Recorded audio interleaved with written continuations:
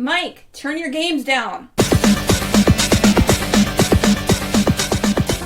Hi, welcome to another year-in gaming episode of Games My Mom Found. I am Mike Albertin, and who's counting in 2013 with me tonight? Glories to Arstotska. I am the Let's Play Princess Phoebe Stanton.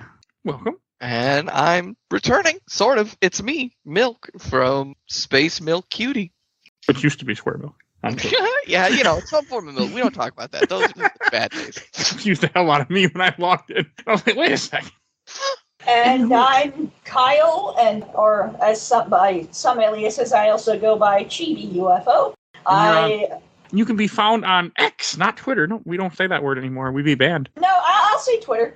No, I exclusively still say Twitter until he refers to his daughter's name. I'm not going to go by Elon Musk's rules. Like, he's a piece of garbage. Yeah. I will dead name the shit out of his website. Oh my god. It's what he would want, you know, if he really thought about it for 2 seconds. But anyway. Yeah, exactly. I am Kyle, or by my other alias, Chibi UFO. I post on various random websites on the internet about retro video games, queer stuff, horror, and cute things in retro video games. All right. And you guys are all here to join us to talk about another year-in gaming episode. I try to do a couple of these, at least 2 a year. This year, as I kind of made the comment at the beginning, we are going to be covering Year in Gaming 2013. And I have to start this off with a game that came out in 2013 that I played years later, that everybody hates, and for some reason I enjoyed it. Alien Colonial Marines. Why? I never got around to this game. That's a good thing. I'm gonna say.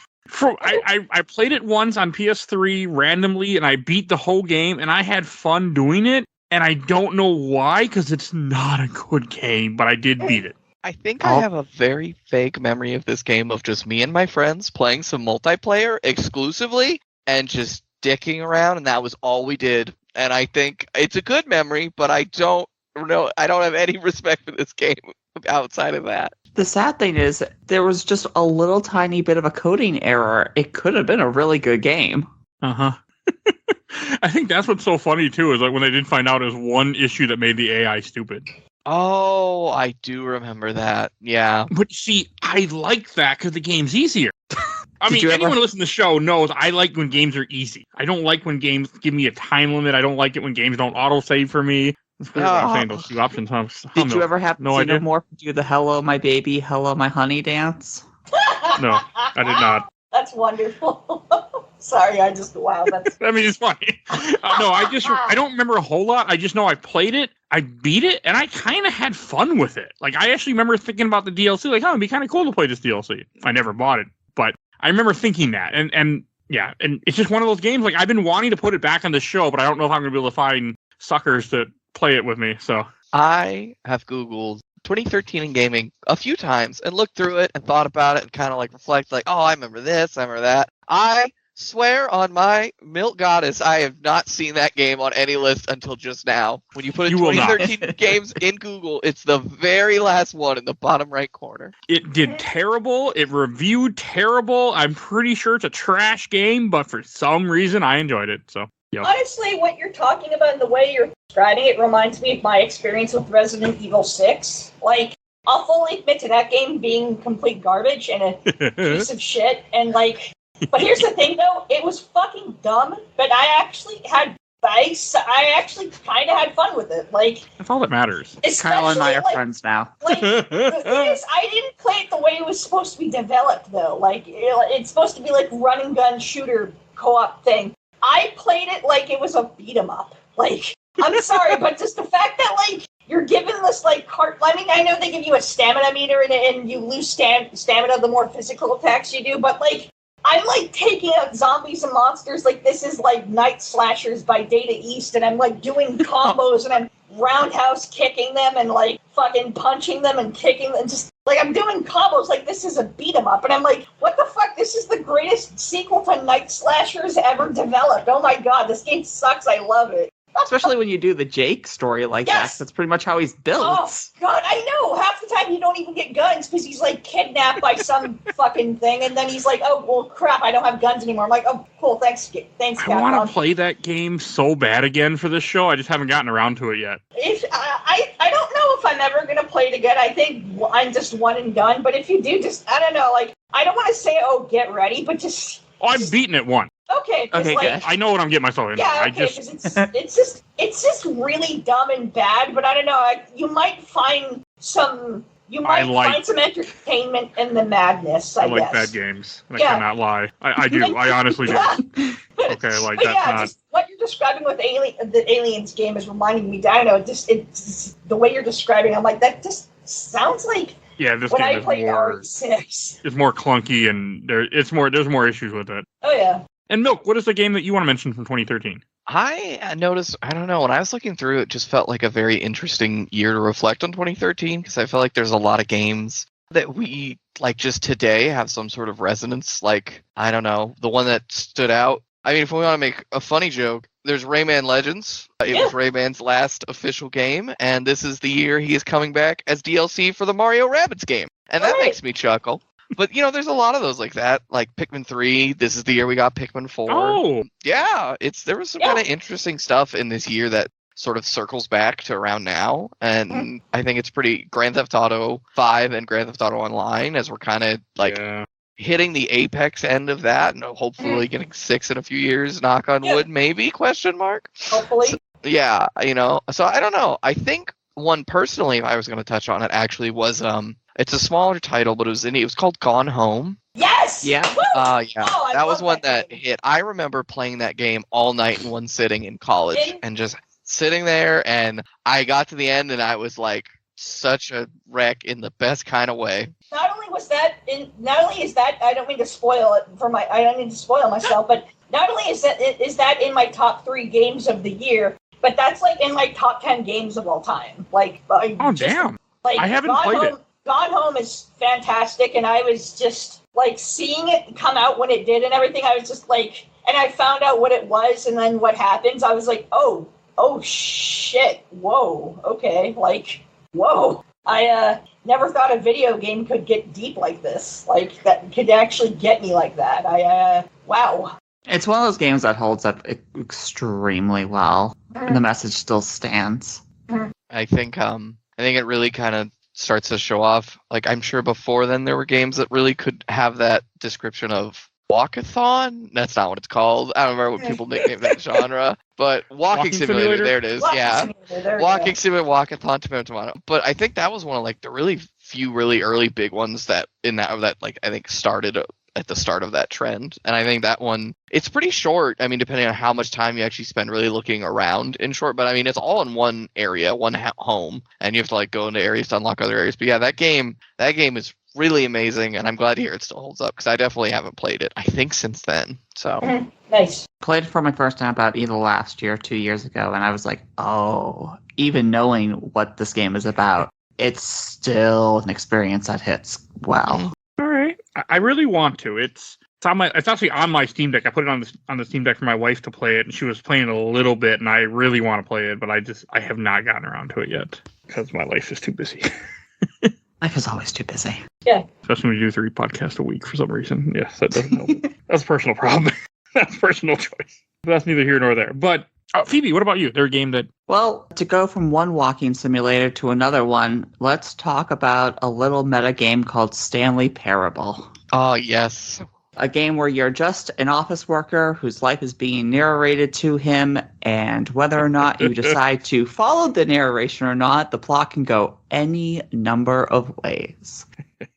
This was actually like a big year for me personally, because still getting indie games on, the 360. This was my first year on Steam.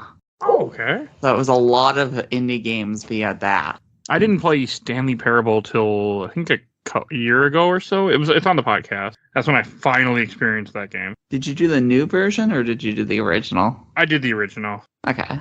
The new one's supposed to add like a bunch of stuff, but even then it's good to go back to the OG version. That was just what I had. The new one wasn't out at the time that I played it, so I have been happy that that game's getting more attention. I think that new one I think came out a little bit ago, but I don't know. My partner only discovered Stanley Parable this year through a fandom community that heavily ships the protagonist and the narrator, and I think it's amazing. I love it a lot. You hear it and you're just like, this is a crack ship. I don't know about this, and then you like start watching it. And you get little clips, and you're like, these two are really all that each other got in this wild world. It's pretty good. Just let the ship sail. Yep, exactly. Just let it sail. Just have Always let the crack ship sail. I'm glad that the game is getting so much recognition now. Makes me happy to see. I mean, I wasn't like super into it, but I know I had fun with it when I played it. Yeah, I feel from my memory, it was like pretty big even back then, and it I think it was like major cult status is where it was definitely popular, and I think it was accessible enough that a lot of people played it. But like there are people who were diehard enough that it kept getting those like updates and re-releases in ways that really like kept it alive for a long time, even to now. And the releases and updates will even reference the time gap. I've seen the new content, and it is phenomenal. I don't want to spoil it, but they know that it took 10 years, and they use that to tell a new story that's definitely about the 10 years. Okay.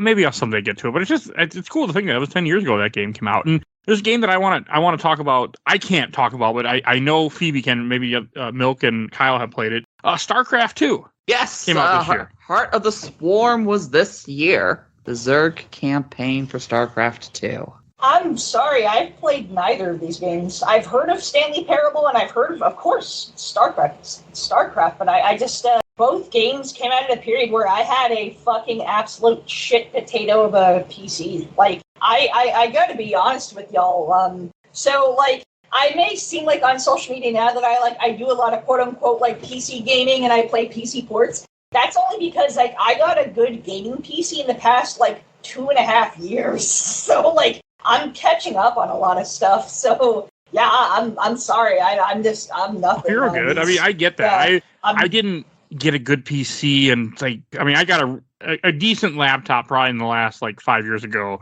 Yeah. And it really opened me up right before this or during this podcast, and that's what opened me up to that type of gaming. Like, my family was also a video gamey kind of family. I mean, some of my family were video gamey people. Like, my mom really loved Nintendo stuff. She loved playing Tetris on my Game Boy, and she loved Dr. Mario. And my brothers also loved video games. And my dad, he liked Super Mario Brothers a little bit. But yeah, just we mainly only had consoles. We did have a PC, a computer, and a part of my childhood, but it was never we never kept up with PC gaming stuff. So a PC gaming for me was only a decently recent thing. If I ever played stuff like Doom as a kid, either I got to play Doom on PC at a friend's house or school, or I got to play a console version. So I apologize if there's any more PC stuff coming up. I might be kind of dead silent. I can guarantee that my list is going to have a bit of PC stuff on Okay, it. I do apologize. I'm not trying to shut it down. I'm just saying, it's going to be like crickets over for me. Sorry. I completely get that. I'm just glad that I'm trying to get into PC. But Phoebe, have you played all through StarCraft 2, right? I played all of StarCraft 2 and StarCraft 1, yeah. I want to play StarCraft 1 so bad. I know I could. Okay, so RTS. StarCraft 1 used cheat codes. That game is hard. It is unforgivable for people who are not used to RTSs. Okay. StarCraft 2, there is a difficulty slider. It is a lot easier. And much like StarCraft 1, StarCraft 2, this year was the year of the Zerg campaign. This isn't a series where each faction is their own story that's happening side by side. This is a linear story where you will do X faction's campaign first, and they are Act 1. And then when that story ends, then the next faction's begins. That's cool. So this is the Zerg campaign, very biological-based faction, melting and mutating creatures, and this is based in between the Protoss and the Terran campaigns. Karakin is best girl. She did nothing wrong. That's the one that turned into the Bird Queen, right? Yeah, she is the Queen of Blades. Okay. Do I need to play 1 in order to play 2? Wings of Liberty is completely free, and I think at this there is a sort of recap thing for people who have not played StarCraft 1. Okay. tried StarCraft 1 once, but I suck at RTSs in general. So I love them, but I'm terrible at them. You could probably just find a recap video or something on YouTube. That's not the right. Yes. Well, you gotta pick a lane, Mike. Pick one. I'm gonna play it with cheats. That's what's gonna happen. Power overwhelming Black Sheep wall. It's probably gonna happen because I've kind of made more peace with beating games with cheats on of some sort, and not being like, at least I experienced the game and I'm happy with that. Like, for example, today I downloaded a save file where I would have been level 50 with the Mega Buster and the Z Saber for a particular game, and just didn't do it yet, but it's there in case I need it. So. I'm now trying to think of what you're talking about. Milk Nose. 50. Oh! Milk, do you have a game you want to mention that came out this year? I've been looking through this list. I mean, I think it has to be mentioned as a very honorable, talking about these games that are sort of still prominent or have some sort of element in today. Final Fantasy 14, A Realm Reborn. I don't know. Oh, that came out this year? Yeah, Was the it 2.0. Okay, this was when 2.0 came out. Yeah, so then that's that's the game that exists today, essentially, in its original form, and is still going, and that's wild. That is. I don't have a lot of experience with MMOs, and the ones I do have, it's like, it's here and there, and I respect them a lot, and I have a friend who's really into MMOs, and I've talked to him a lot about how basically, MMOs today, depending on what you're looking for, there isn't as many that are like really strong calibers, like the ones like Guild Wars 2, and that came out a long time ago. A lot of these ones that have been just around, even World of Warcraft, potentially, if that's, sort of your style, but these ones that have been around forever and just kind of hang out, and there's still a lot of good meat on those bones, but then there's not that many of them. And, Star Wars, I forget which one. I always will say Knights of the Old Republic, but it's not that one, I don't think. There was Galaxies and there's the Old Republic. I don't know which one is current. Yeah, I think it's that one. But yeah, so, I think seeing Final Fantasy in this list is really, 14 is really interesting with, how it is today and how far that game has come since its reboot, essentially. And for you, those of you listening, you can go right now and get the trial, which now includes Heaven's Word and Stormblood for completely free. Isn't it level 60? 70. 70, there it is, yeah. Not sponsored. No, I wish. And Kyle, what is something that you played during this year? Well, 2013 was a pretty powerful year for video games, and for me in general with playing video games. There's a lot that I want to give shout-outs to, and games I did play. To start things off, since, covering the early months of 2013, I'd like to give a particular shout-out to... Actually, I might even get canceled for saying this, because I know this is pretty controversial. DMC, Devil May Cry. That's a great game. Respect Now, the situation. I want to just give this particular reasoning to this. I hated a lot of the fanboys who were against this game because they were so fucking obnoxious. And okay, I semi-enjoyed the original Devil May Cry games, but I found them, way too fucking hard, and I could never, quote-unquote, get good at them.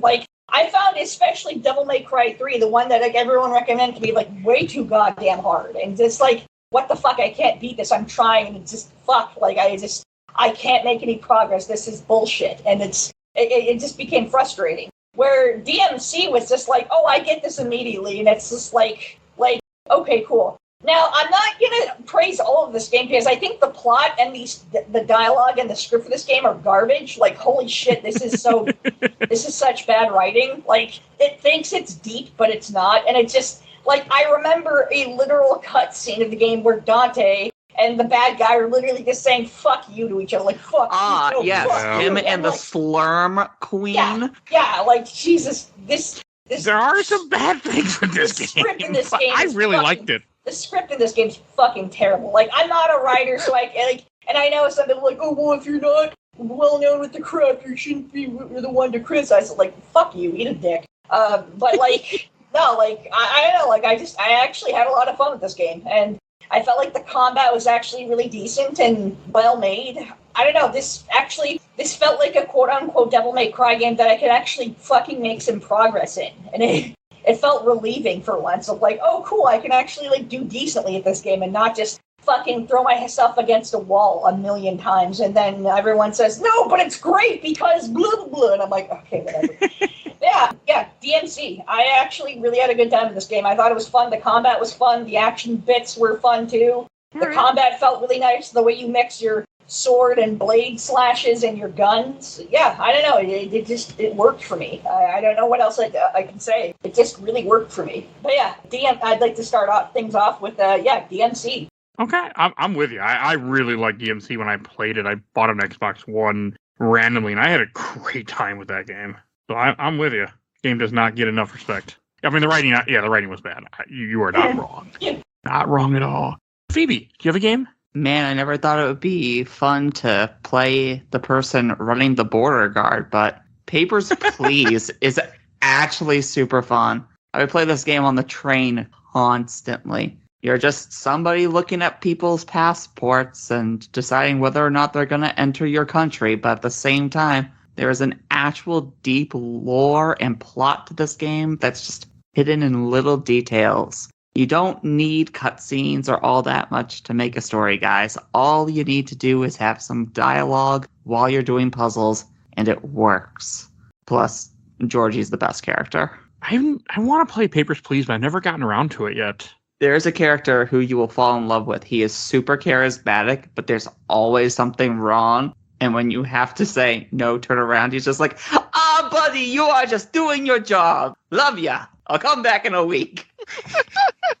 I remember trying to play this game, and I couldn't get into it, and I was really sad. But I am happy that there have been games since then that whenever, people compare them back to Papers, Please, and I've tried those and I really enjoy them. And it is nice because it's like, oh, it's kind of like that. And it feels in a similar vein of like, sort of like telling that story in around you without being like, oh, here's all these cutscenes and front loading you and stuff. And I respect the hell out of this game. That's the thing. Sure. It takes some time around day 5 to 7 for the plot to really start up, but then you'll get somebody in the line will go, hey, the person 2 behind me, put this powder on their passport. And then if you do it, the person dies halfway through the walk into the country because you poisoned them.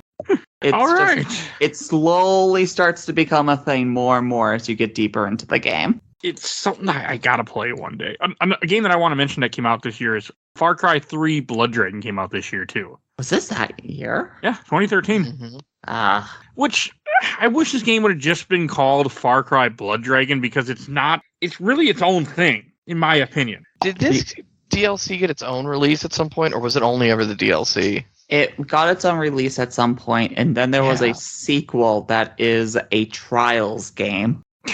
She's not wrong. So is this the year that the standalone came out, or the DLC came out? The DLC, I think. Okay. It came out as a standalone expansion. Oh, okay.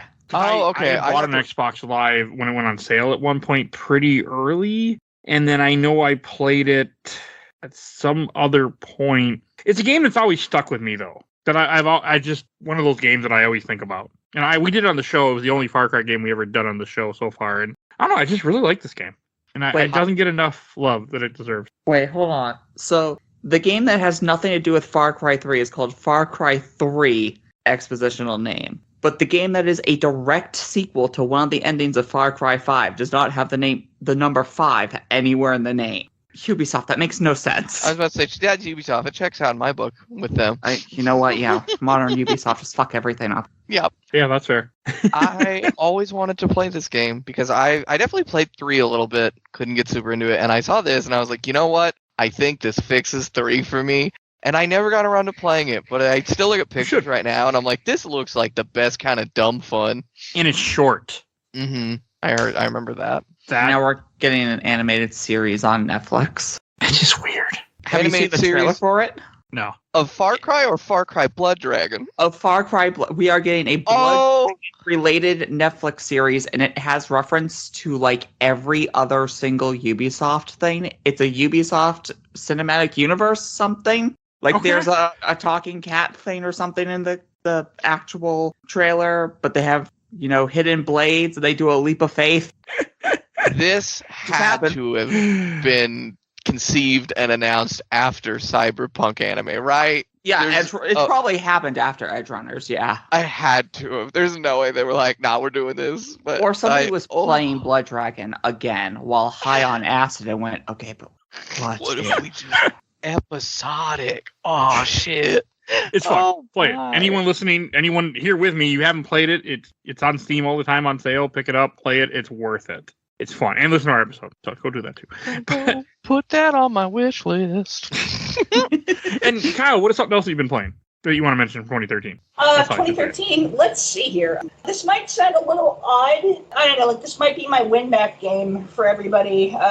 For another 2013 game that I'd like to particularly give a shout-out to. It's of a franchise that I know has existed for quite a while from Nintendo, but I feel like this game really won a lot of audiences and got a lot of new fans into the series. Fire Emblem Awakening for the 3DS. Okay. This game is excellent. I think a lot of the new options used for this game with the whole thing of like, oh, you can revive people. Yeah, I know the whole signature thing of Fire Emblems that when people are dead, they're dead. But like, sorry, that reviving thing is option in this game is wonderful, and I think this game is just excellent. This is a fantastic game. It's addicting. It's fun. The new characters are great. Yeah, I think this is just a great game. I feel like this game really brought in a new fan base, and I can see why it's damn good. This is a great game. Love it to bits. Another thing I'd like to give a shout out to, because I feel like I'm pretty sure this is going to be the only game in the franchise that comes out in 2013, but it's a series that I hold also quite dear to my heart. I have it on Windows. I have it for PlayStation 4, 5, as I now have PlayStation 5. It's a series that I hold very dear to my heart. It's another, I'd say this series is a lot more niche. It has a little bit of it has a bit of fans, but we're very spread out across the world. The PS Vita port of Earth Defense Force 2017. I love the EDF games very much. The game that won me over, honestly, was EDF 4 for PlayStation 4. I played a little bit of the 360 one, and it was fun, but I don't know, I just felt like it wasn't clicking for me. But Earth Defense Force 4 and 5 really won me over, and man, I love these games so much. I really hope Earth Defense Force 6 comes out, but yeah, I want to give a special shout out to Earth Defense Force 2017 for the Vita. This came out in January of 2013, and yeah, I just want to give a shout out to those two games, because 2017 and EDF4 were how I got into EDF, and Fire Emblem Awakenings was how I got into Fire Emblem, and both came out in this year, and yeah, both are very near and dear to my heart. All right. Either of you guys have anything to say about Fire Emblem? I've never played Awakening, unfortunately. I've never played a Fire Emblem game. I'm sorry. I played the first GBA one. That's it. I've played the most recent Fire Emblem game, and I think, I'm trying to remember if this is the one. I talked to other people who've been a fan of this series for a long time, and my favorite part was character stories and seeing characters interact and seeing them upgrade their ranks. And I think this is the game where you get to choose, or you can facilitate relationships between your party members, and then you hang out with their kids later. And if this is that game, I want it so bad, but it's a handheld game, and that sounds really hard to get to, but I would eat that up, because I love seeing I get so much compersion from watching my buds be like, hey, I love that bud, and I'm like, you go, bud, you go, and then I get to have their kid. Are you kidding me? That's amazing. Oh, Milk, there are ways to play that handheld game. No, I know, but I would just like it not on original handheld. Hardware. I just don't want to. No, I didn't want a handheld. I just want to blow it up. I mean, there's other ways that I can tell you. If you want I know off what this. you mean, but Okay. You're like, I want it ported to something else. But yeah, I'm happy that was mentioned, because I saw that on this list, and I was like, I feel like the Fire Emblem games in the recent years, they've been since Three Houses, it's been people have been talking a lot more about the old ones. Have been oh yeah, this one was good for that, this one was good for this, and so I'm glad there was someone here who wanted to shout it out, because I had no real connection to be like, yeah, I could talk about this. I wish I did. I want to play more of them. I played the first one, the first Game Boy Advance one that came here, not the first one, but the first one we got in America, and I beat it on a phone once, and I enjoyed it. But I also save state, because I'm me. But I haven't gone back to it. But I want to play more of that series. I'm actually doing one of them on the show here later this year, but not one you'd think of. I'm doing the Warriors one for 3DS. Is that Three Hopes? No, that's before that. It's just Fire Emblem Warriors. Oh, that's the Muso game? Yeah, the first Muso one. It's called Muso, right? That subgenre? Yeah, it is. The beat 'em up, slash 'em up, the Dynasty Warriors game? Yeah. Okay, good. Yeah. Okay, there we go. Thank you. Sorry, I just... You're fine.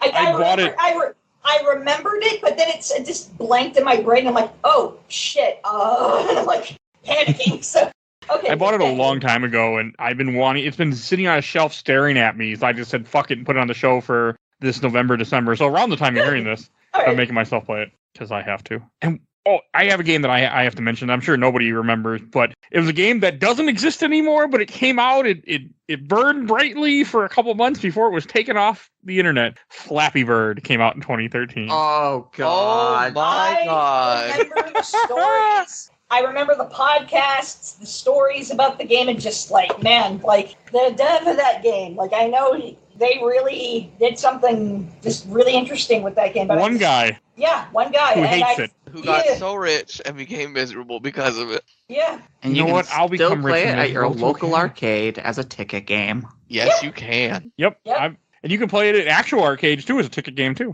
That's what they just said. Oh, I thought you said Apple Arcade. Okay, never mind. Sorry, Phoebe. Is it on Apple I heard Arcade? Apple Arcade in front of your arcade. I blame it because we were talking about Apple I Arcade. think they recently. did bring it back to mobile stores after a few years because I think he sold the rights and then they did. And it's like, you can go download it, but it's just, it's like. I don't know. It was this one. I just remember like a random month. Everybody was playing it, and I remember pranking my friend once. We both worked at Sam's Club, and I remember walking over to where he worked at the bakery. I put my volume all the way up and just started playing Flappy Bird. All of a sudden, his head just started looking around, trying to figure out why the hell he heard it because he hated the game. I had that same experience in my first college lunchroom. I would hear the sounds of it, and I'd want to oh wait, I'm thinking of Pokemon Nuzlocke. The first Nuzlocke run, right around there. God. Close, not quite. Nice. I remember a different experience with Flappy Bird, but there's a lot more wild stuff in that one, so I won't. Okay, it's a stupid game. Like it was a very simple game, but it was nothing. But yeah, no, I remember that game made fucking millions on the internet because of it was something. It was weird. If I could make a quick shout out, because I don't have a lot to say about it, but it'll just plug in real good. There was another mobile game called Badland. It was a really cute little mobile game where you play as this like little blob, and you basically like move around the area, and then you pick up other little blobs, and you get bigger. It was really in the right game. Yeah, here I can put a little link for it because it was really cute, and because I was curious before you started talking about Flappy Bird, I was like, what mobile games came out? And that was the only one I really was like, oh yeah, this one. This was adorable and wholesome. God, I remember this. Mm-hmm. Yeah, I don't there's not many others. There's there's a zombie one for a series that I was like, oh yeah, I kind of remember that. But this one in particular, I remember spending time. It's Cut the Rope 2, if you want to talk about stuff. But that one, that little Badland is a very I don't know. I feel like it was its own real thing in a way. I never heard of it. Cute and wholesome. Yeah, it's really fun. I think I would be shocked to find out it's a mobile game. It does not hold up. But yeah, I'm sure Flappy Bird doesn't hold up. I mean, I know I played like fake versions, other versions of it since then. I mean, they've never been good. I don't expect it to be good at this point. I was gonna say, hard to disagree about OG Flappy Bird. You live on in my heart, BB. Never forget you. Never forget. But the one where you play as a bullet bill going in between pipes and Mushroom Kingdom. Yeah. And that didn't get sued. Surprisingly enough, no.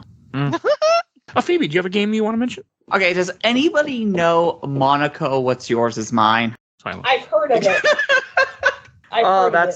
That's I've heard of this one too. And when I look at it, it definitely looks familiar. All right, so for those of you who are not in the know, imagine Payday. Stealing from people, hijacking banks. But instead of it being a first-person game, it is a top-down, very minimalistic style game where you pick your character. They have different little traits like the pickpocket, the lookout, and then every level looks more like a blueprint of the building you're going into than the actual building. So when you go into the air ducts, instead of it showing you in a tunnel, it'll actually show dashed lines like you would draw on the initial blueprints or schematics. It's a very minimalistic game, but it is still some of the best multiplayer fun I've had with people. Okay, I've never heard of this. I think it's actually getting a sequel. That's cool. See, this is why I like doing these. You guys, people remind me of games I didn't know exist. So. Yeah, Monaco 2. It is actually getting a sequel. Okay. Yeah, I feel like I've seen this on Humble Bundle and stuff a lot, and I feel like it's this game that I've always heard good things, but I rarely feel like I've talked to somebody who's like, oh yeah, I've played that. So it's neat to hear that because this game always looked cute and another game I was like, oh, I respect this a lot. I don't know if I'll play it, but it seems neat. It's probably $15 when it initially came out. It's only got so many levels, so it's not that long, but the amount of ways that you can do a level, because all these different characters, are you going to put on the disguise? Are you going to have the ability to move your camera around? Do you want a monkey that will pickpocket people for you, and you just have to worry about getting around the guards? There's so many different ways to play this game, despite it being just some really simple top-down game. That feeling when you're like, man, maybe I'd play this game. I don't know if I want to spend $15. Then your Steam goes, yeah, it's in your library, Jack. And I'm like, oh, I'm sorry, my bad. Whoops. Feels bad, Is it? man. Yeah, it is. It's totally in You there. should play it after this. Give it a try.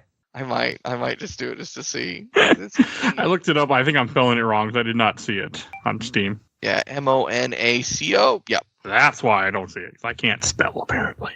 Yeah, I have 18 friends who have this in our library, and I'm willing to bet if I looked it up, like, most of them would have 0 hours, because it's just like, it's a game that I feel like is one of those humble bundle games that a lot of people are like, oh yeah, this is in my library, I don't know what this is. I or still it's can't like, spell Monaco, Monaco. You know, this should not be that hard. Monaco. What's yours is mine. I see. Okay, I remembered this game. Hey, there we go. I didn't play it, but I remember an Xbox Live at some point being advertised or something. Can I give a quick shout out to another really stupid game? Of course, please. So, when I think the PS4 first came out, this was the fighting game. A very, very simple fighting game that you only needed 2 buttons for. And they even made fight sticks for it that were just 2 giant buttons. Dive and kick. Yes. Woo! A fighting game where all you have to do is jump in the air and dive kick. And yet every character plays different. Okay. What a stupid concept. What a great game. There's some weird ass games that come out. Yeah, it's had its time in the sun, like with its little cult fandom of like people. And there's even a dive kick too. Yeah. Is it really? If it's not out yet, then it's definitely a thing that's. It says it was made for Wii U, Xbox One, PS4, and PS3, so it must have come out. But yeah, I've heard it through the years, seen it around. It's a thing, and I'm always just like, I respect you in a wonky way, but I'm gonna walk away now. Oh, I gotta mention a game real quick that I can't talk about because I never played it. But in case Michael Hughes ever listened to this episode, Marvel Heroes also came out in 2013. We've talked about back in the day when he used to be on the show a lot. We and him would talk about that game all the time, how much he loved it and was upset that it was gone. But that came out in 2013. It doesn't exist anymore, and they never brought it back. But it just made me laugh that game was 2013. So, but now you have Snap. Snap is love, Snap is life. It's all you need. Don't remind me to take my $10 every month. And they were trying to take $5 from me today with a bundle. And I'm like, no. I did it last week. I'm like, can't do it really again. Just do the Shrek meme. What? I don't know what you're talking about. What year is it? I love you. I just hear Shrek. Don't worry about it, Mike. Just keep the show going. It's all good. I don't even know who the hell is who hasn't said something recently. I just did mine, so I think it'd be yours. Okay, I use Marvel Heroes, but I'll pick something better that I actually can talk about, because I can't talk about that. I just laughed my ass off that it came out that year. I know I had stuff. Oh, Remember Me. Another game I can't talk about, but I bought it 4 times. Does that count? I've never played it, but I bought it 4 times. Buy it 4 times? Because I'm going to play it one day, Phoebe. One day. You didn't remember it, so you bought it 4 times. I only bought it on 360, PS3. I bought a digital copy for my PS3 or PS4, and I bought it on PC. I'm going to play it one day. I know it. I'm not, but I keep telling myself. Life is strange. Yeah, sorry, go ahead. Oh, I've started this game like 3 times, 100%. And every time I'm like, this is the time, I'm going to beat it. And then I just can't. It's one of these games that's so restrictive of like moving around an environment. I just get frustrated and tired. I'm like, you know what? I don't really, this is kind of. Wait, I lied. I played it once for like half an hour. Oh, so there you go. One day I'm going to play. Nobody believes you. Well, I can make myself play it, but I don't know if I want to waste a spot on it. But one day. Well, you will play it one day. It's fine. I played a bit of it, and I thought the combat like fucking sucked. Like this feels gross, and like the controls feel bad, and like everything feels all loose and slippery. Like what the fuck? This doesn't feel like a good beat 'em up. I'm sorry. I don't know why I didn't play it far. I think I was just testing it to see if it worked, and then I forget it exists. Wow. Wow, bought it. come on, So Mike. you I bought know. it. What you need to do is buy it like 5 months. Mike, it's telling you you failed its one request. Just remember it, Mike. Come on. What Mike needs to do is buy it for the 5th time, and then the 6th time, and then the 7th time, and then the 8th time. Just keep I going. mean, God, hey, I can't wait to play this. If I make a new Steam account, it could happen, but I won't. So one day, I'm going to play it one day. And Kyle, do you have a game you want to mention? Yes, I do. I know this came out in, I believe, March of 2013. I really loved this game. I've liked the first 2 games. I still actually haven't played the 3rd game yet. I don't know why. I just wasn't kind of in the mood for it. Luigi's Mansion Dark Moon for the Nintendo 3DS. Yes. I especially want to give a shout out to because Next Level Games is a Canadian company. So shouts out to them. I believe they're based off of Vancouver, British Columbia. So hell yeah, good stuff. Yeah, anyways, really fun game. I had a blast with it. I enjoyed the first Luigi's Mansion. I thought that was a fun, cutesy game. Really fun, spoopy, just good stuff. Oh, I love that game. It's just so good. I loved it when I got to try out the GameCube. I believe I actually got to rent a GameCube before I bought one. And yeah, I had a blast with it. And I was like, oh, this is just so charming and fun. Holy crap, I love this. And yeah, and I got to play this, and I was really excited to see what the sequel was going to do, and I liked its ideas. I really did, and I was like, okay, this is actually even better. And yeah, I just had an absolute blast with Dark Moon. Damn good sequel. Really damn good game, too. Really impressive.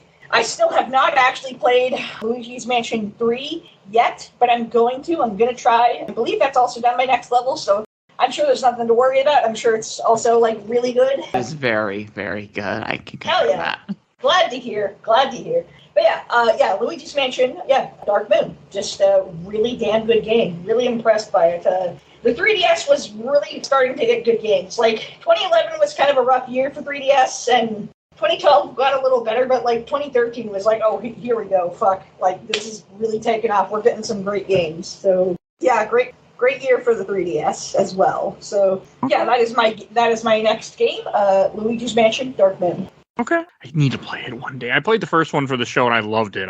Ooh, nice. I have Dark Moon actually behind me for the 3DS. Nice. When I had a belief in myself that I'd actually play it. But Mike, I'd be really curious how you feel, because I'm actually the opposite camp. I love the original to death. I hated Dark Moon. Oh no! I've tried a few times back then, and not with the most recent version, because I know they did a remake, but all the stuff they added, it just felt totally, I was like, I don't need any of this. I just miss the old days, and so I'd be very curious how that reflects into you, Mike, of how how you feel about it. Because yeah, it's, I don't feel like, I think it was pretty well received overall, and so I definitely felt like I was in that minority of oh, it's too much. Because I think I've dabbled in the third one a little bit, and I like the third one, but this one, and I know there's elements from 2 in 3, but I don't know, just the way they introduced everything in 2, I think I was just too hard on it a little bit. I'm just being like, no, this is too different. Take me back. Put me in that mansion. Oh. And Phoebe, do you have a game you want to mention? All right, let's get very blasphemous here. Telltale,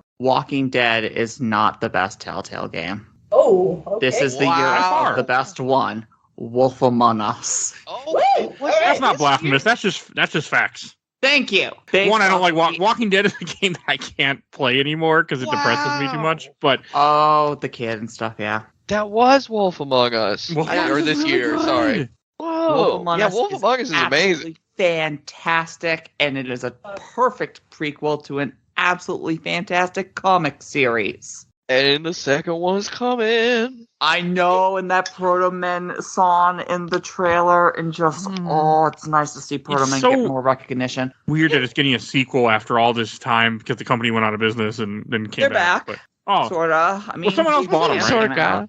Sorta. This game, this one's rad. I love it so much. And 400 Days came out in 2013 also, but I did Walking Dead Season 1 for this show a couple years ago, and I've been meaning to do more, but they're so depressing, it's hard for me to want to.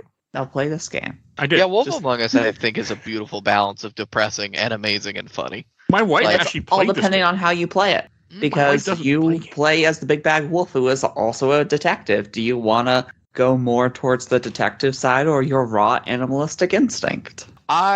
Can I make a small soapbox about this game? Sure. I will never forgive this game for using an option of glass him as a aggressive action and not clinking glasses in a wholesome moment, because I definitely read a section that said, hey, you're having a nice chat with this dude. Do you want to glass him? And I went, I do want to glass him, thinking we were going to clink. And then I smashed into his head and it turned into a fight. And I went, no, that's not what I meant.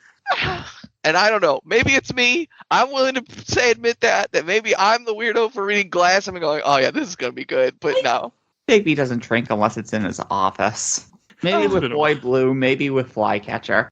He's going on this sad monologue, and if you play it up to this point of like, oh, we're friends, oh, I'm really hearing him out, and he's like, man, I'm just so down, and you're like, oh yeah, let me clink to that, brother, and then you just smash it in his face, and I was like, okay. The only bad thing about this game is that there is a comic book adaptation that takes what the majority of people chose for each thing and turned that into the canon. And there's a final panel that goes beyond the ending of the game and just completely ruins the point of the game. Oh, gosh. Because, like, what did you guys do to the main villain? Who cares? He got away and grabbed her at the very end. That's the final panel, and it's Bigby walking away, and you see the other side of an alleyway, and she's got her mouth covered by the, I can't even think of the fucking guy's name. But that's how it ends. It's a silly comic. And play the game. It's such a good game. I'm really happy a season 2 is coming out. I'm surprised, but I'm happy. It is not connected in any way as a new story. Oh, it's a new crime. Okay. That's fine. At least they're bringing it back in some form. So, and everybody's coming back that voice acted in it. That is a makes me perfect Bigby voice. Nice. And Milk, do you have a game that you want to mention next? Yeah, I was kind of looking. I think there's only a few left that I had anything in.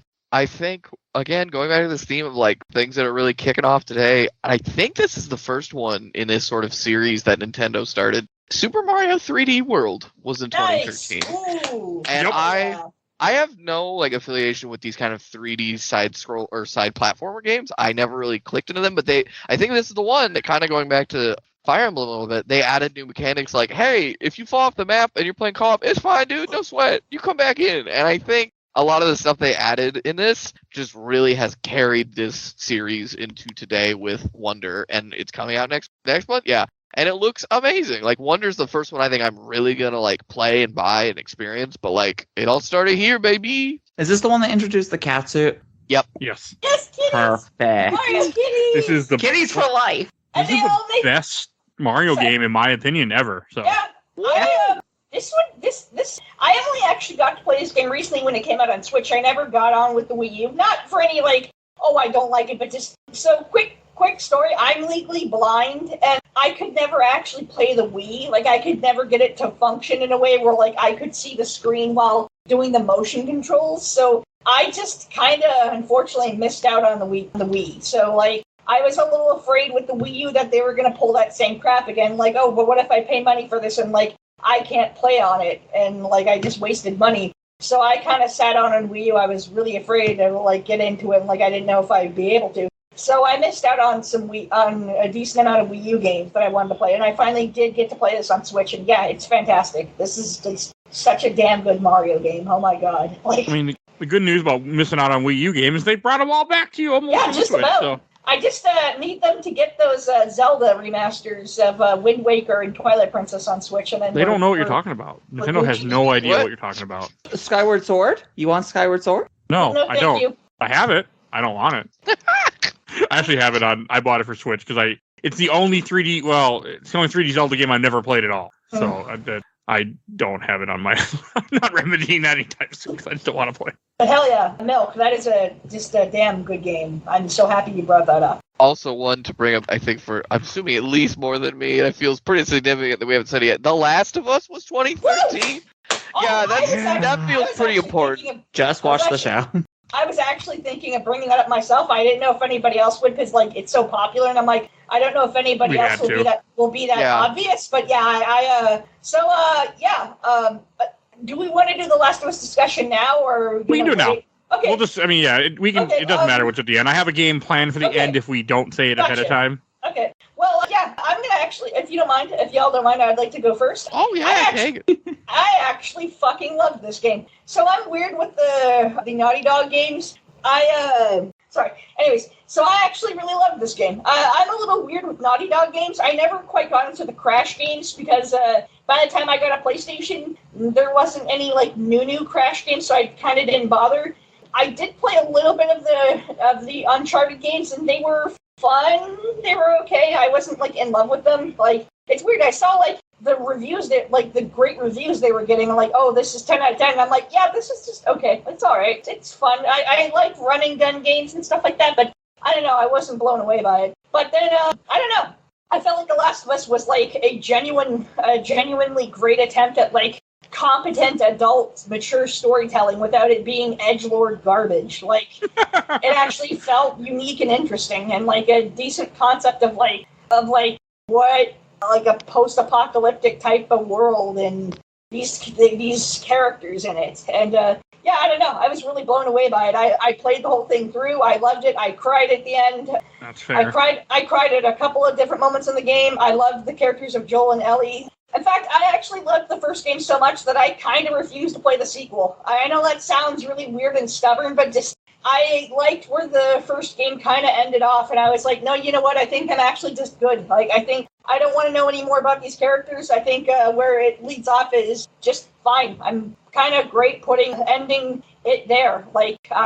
I'm good with just these characters in this spot. And I get with 2, it's oh, but it's realistic because, in real life, you don't just get to know people for a certain amount of time or whatever, or if you keep following people or, I don't know, something I'm sure some person could use an argument against me of oh, but 2 is also realistic because blah, blah, blah, and this and that. But, I've seen a little bit into 2, and, I'll give it some kudos, but I don't know, just 1 kind of felt like the perfect one and done for me. I really loved The Last of Us, and I also have actually not watched the show. I was just I think I'm good with the game, but I don't know. I've told people that, and I've been told that no, actually, it's actually really good and unique, and it does some things differently.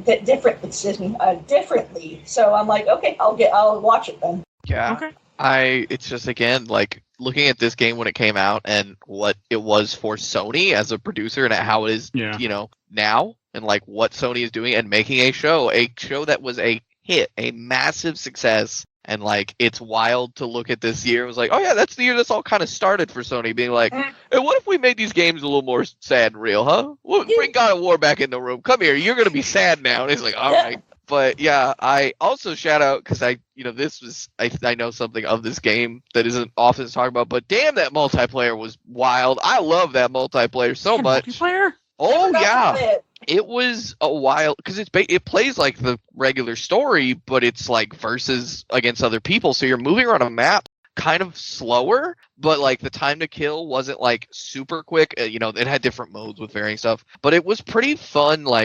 There was jankness to it, especially if there was the melee fighting. But a lot of it was about moving around the map in a way that could be stealthy or aggressive. And it was really neat to sort of have it. And they did it really well. It wasn't as obviously by today's memories what I think people remember about it, but it was solid. It was not it didn't felt tacked on for what it was, because it seems like something that would, but it was pretty good. Okay. Phoebe, you have anything you want to say about Last of Us? I've only ever seen the TV show. I never actually played the games. But that being said, I can say that I initially thought this whole series was overhyped, and I grew up with Naughty Dog, Crash Bandicoot and Jack. But that was a fucking great show.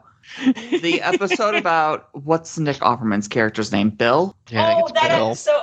That episode, So I was bawling by the end of it. Mm-hmm. it was so sweet. That just cemented in my head. I was like, no, I was wrong. This is a good story. Kind of mentioning the TV show a little bit.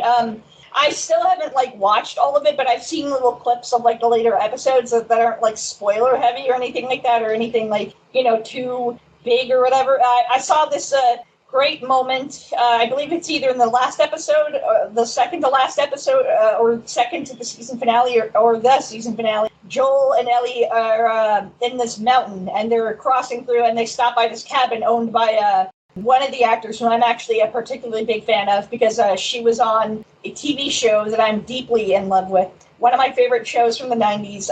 The actor is Elaine Miles. She's one of the owners of The Cabin. And the show that she used to be on that I'm particularly very fond of is Northern Exposure. And Oh my god. when I saw that she was on that episode, I was just like, holy fucking shit, Elaine Miles on The Last of Us. Good for her. Like, I hope that, like, gets her, like, a shit ton of money, and I hope she gets fucking, like, residuals and shit. Like, man, like, I hope she can coast off of that for the rest of her life. That's fucking awesome. Like, I can tell you man. that Troy Baker and Ashley Johnson, who are the original Jill and Yeah. Eddie, are in the show, and they do That's amazing. phenomenal jobs. Oh, I That's didn't know amazing. that. That's amazing.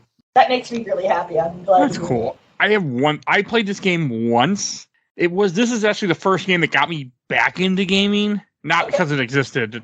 I don't want to make it seem like that. I had quit gaming for a while because of my ex-girlfriend. I just kind of stopped. I had moved in with my now wife. We'd moved in together. I was starting to get back into gaming, but I was being very careful. And then I picked this up $5 for PS3 at a GameStop, and I played through it in a week. And I enjoyed it, but it is too depressing and too close to real life for me. Oh, That I could completely see this happening. that's understandable. I can So totally get that. I don't like really depressing movies. I don't like really depressing video games. No, I can get that. So yeah, but no, it's a great game. I mean, I just Oh, yeah. I think they've done too much with it, and that irritates me. Mm. That they keep re-releasing it and remaking it when they could remake other stuff. But yeah, it's a cool game. I do want to play it again. I want to do it on the show at some point, but I'm just I don't have the drive.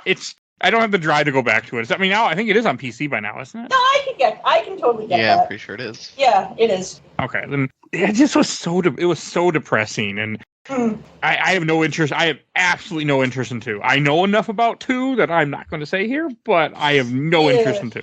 Don't worry, they'll make a part 3. No, I know they will. Oh, god damn it, no. I haven't watched the show either. I just don't. I mean, I just don't care. No, I can get that. I can totally get that. I won't do it until someone convinces me to do it for this podcast. Then I'll watch it. That's how I do some things. Like Peacekeeper, I had no interest in watching Peacekeeper until people convinced me to watch it, and it was great. It's good. So throw that dog in the invisible bone. But hey. Yeah. Oh, right. And I have a game that I want to mention that I have only played a little bit, but I have spent more than enough money on. Disney Infinity 1.0 came out this year too. Oh, okay. that hurt. Damn. I actually have almost all the toys for Disney. I have all the toys for 2.0 and 3.0, and I have I have all the Marvel characters and all the Star Wars characters for 2.0 and 3.0. I didn't buy all the Disney characters. We never really played the thought this games, was really? a game genre that would stick.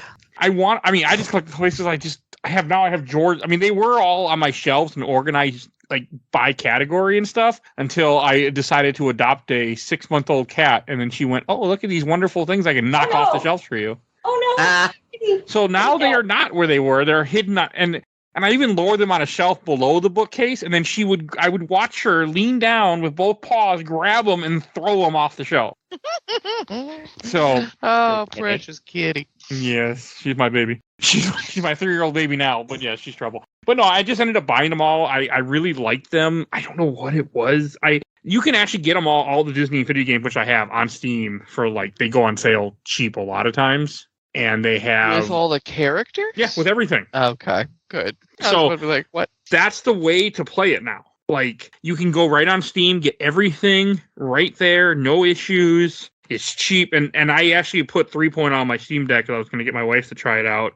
But it's something that I like the idea of it. And I remember when it came out, I worked at Samsung at the time. We sold a lot of it. I've actually looked up different parts. There's even Lone Ranger level that one of the What Are You Planes we did a few months ago that Kyle brought up. I looked this up, and I looked up that NES game, and I looked up the Lone Ranger set too.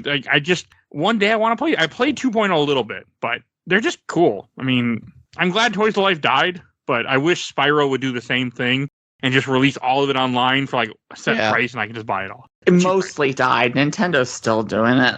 Oh, Nintendo upsets They're not me. really. They're not Yeah, really they for are. games. It's just to convince you to hey, you want this cool figure for your table or your shelf? Yes, you do. Okay, Yeah, Really- Nintendo's like bearing the lead. Like they had Smash, and they're like, "All right, we're done with Smash." And then they were like, "Okay, what about all the other ones?" Like, "Yeah, we'll make them." They're like, "Okay, what are you gonna do?" It's like, "I don't know. Here's an item." I would die if they were like, "All right, here is the amiibo game." I would cry because I've wanted it for so long. Like I just thought there's so much potential with that, and they're just like, well, "That's Nintendo." You're like, "Oh, this would be kind of neat, Nintendo, right?" They're like, "No, we're doing something else." You're like, "Okay, have fun." And they're like, "Oh, we will. Get out of here." And I'm like, "Okay." And Phoebe, do you have any games you want to mention? Yeah, if we're going to talk about The Last of Us, let's talk about another weird third-person shooter that shouldn't have had multiplayer that worked.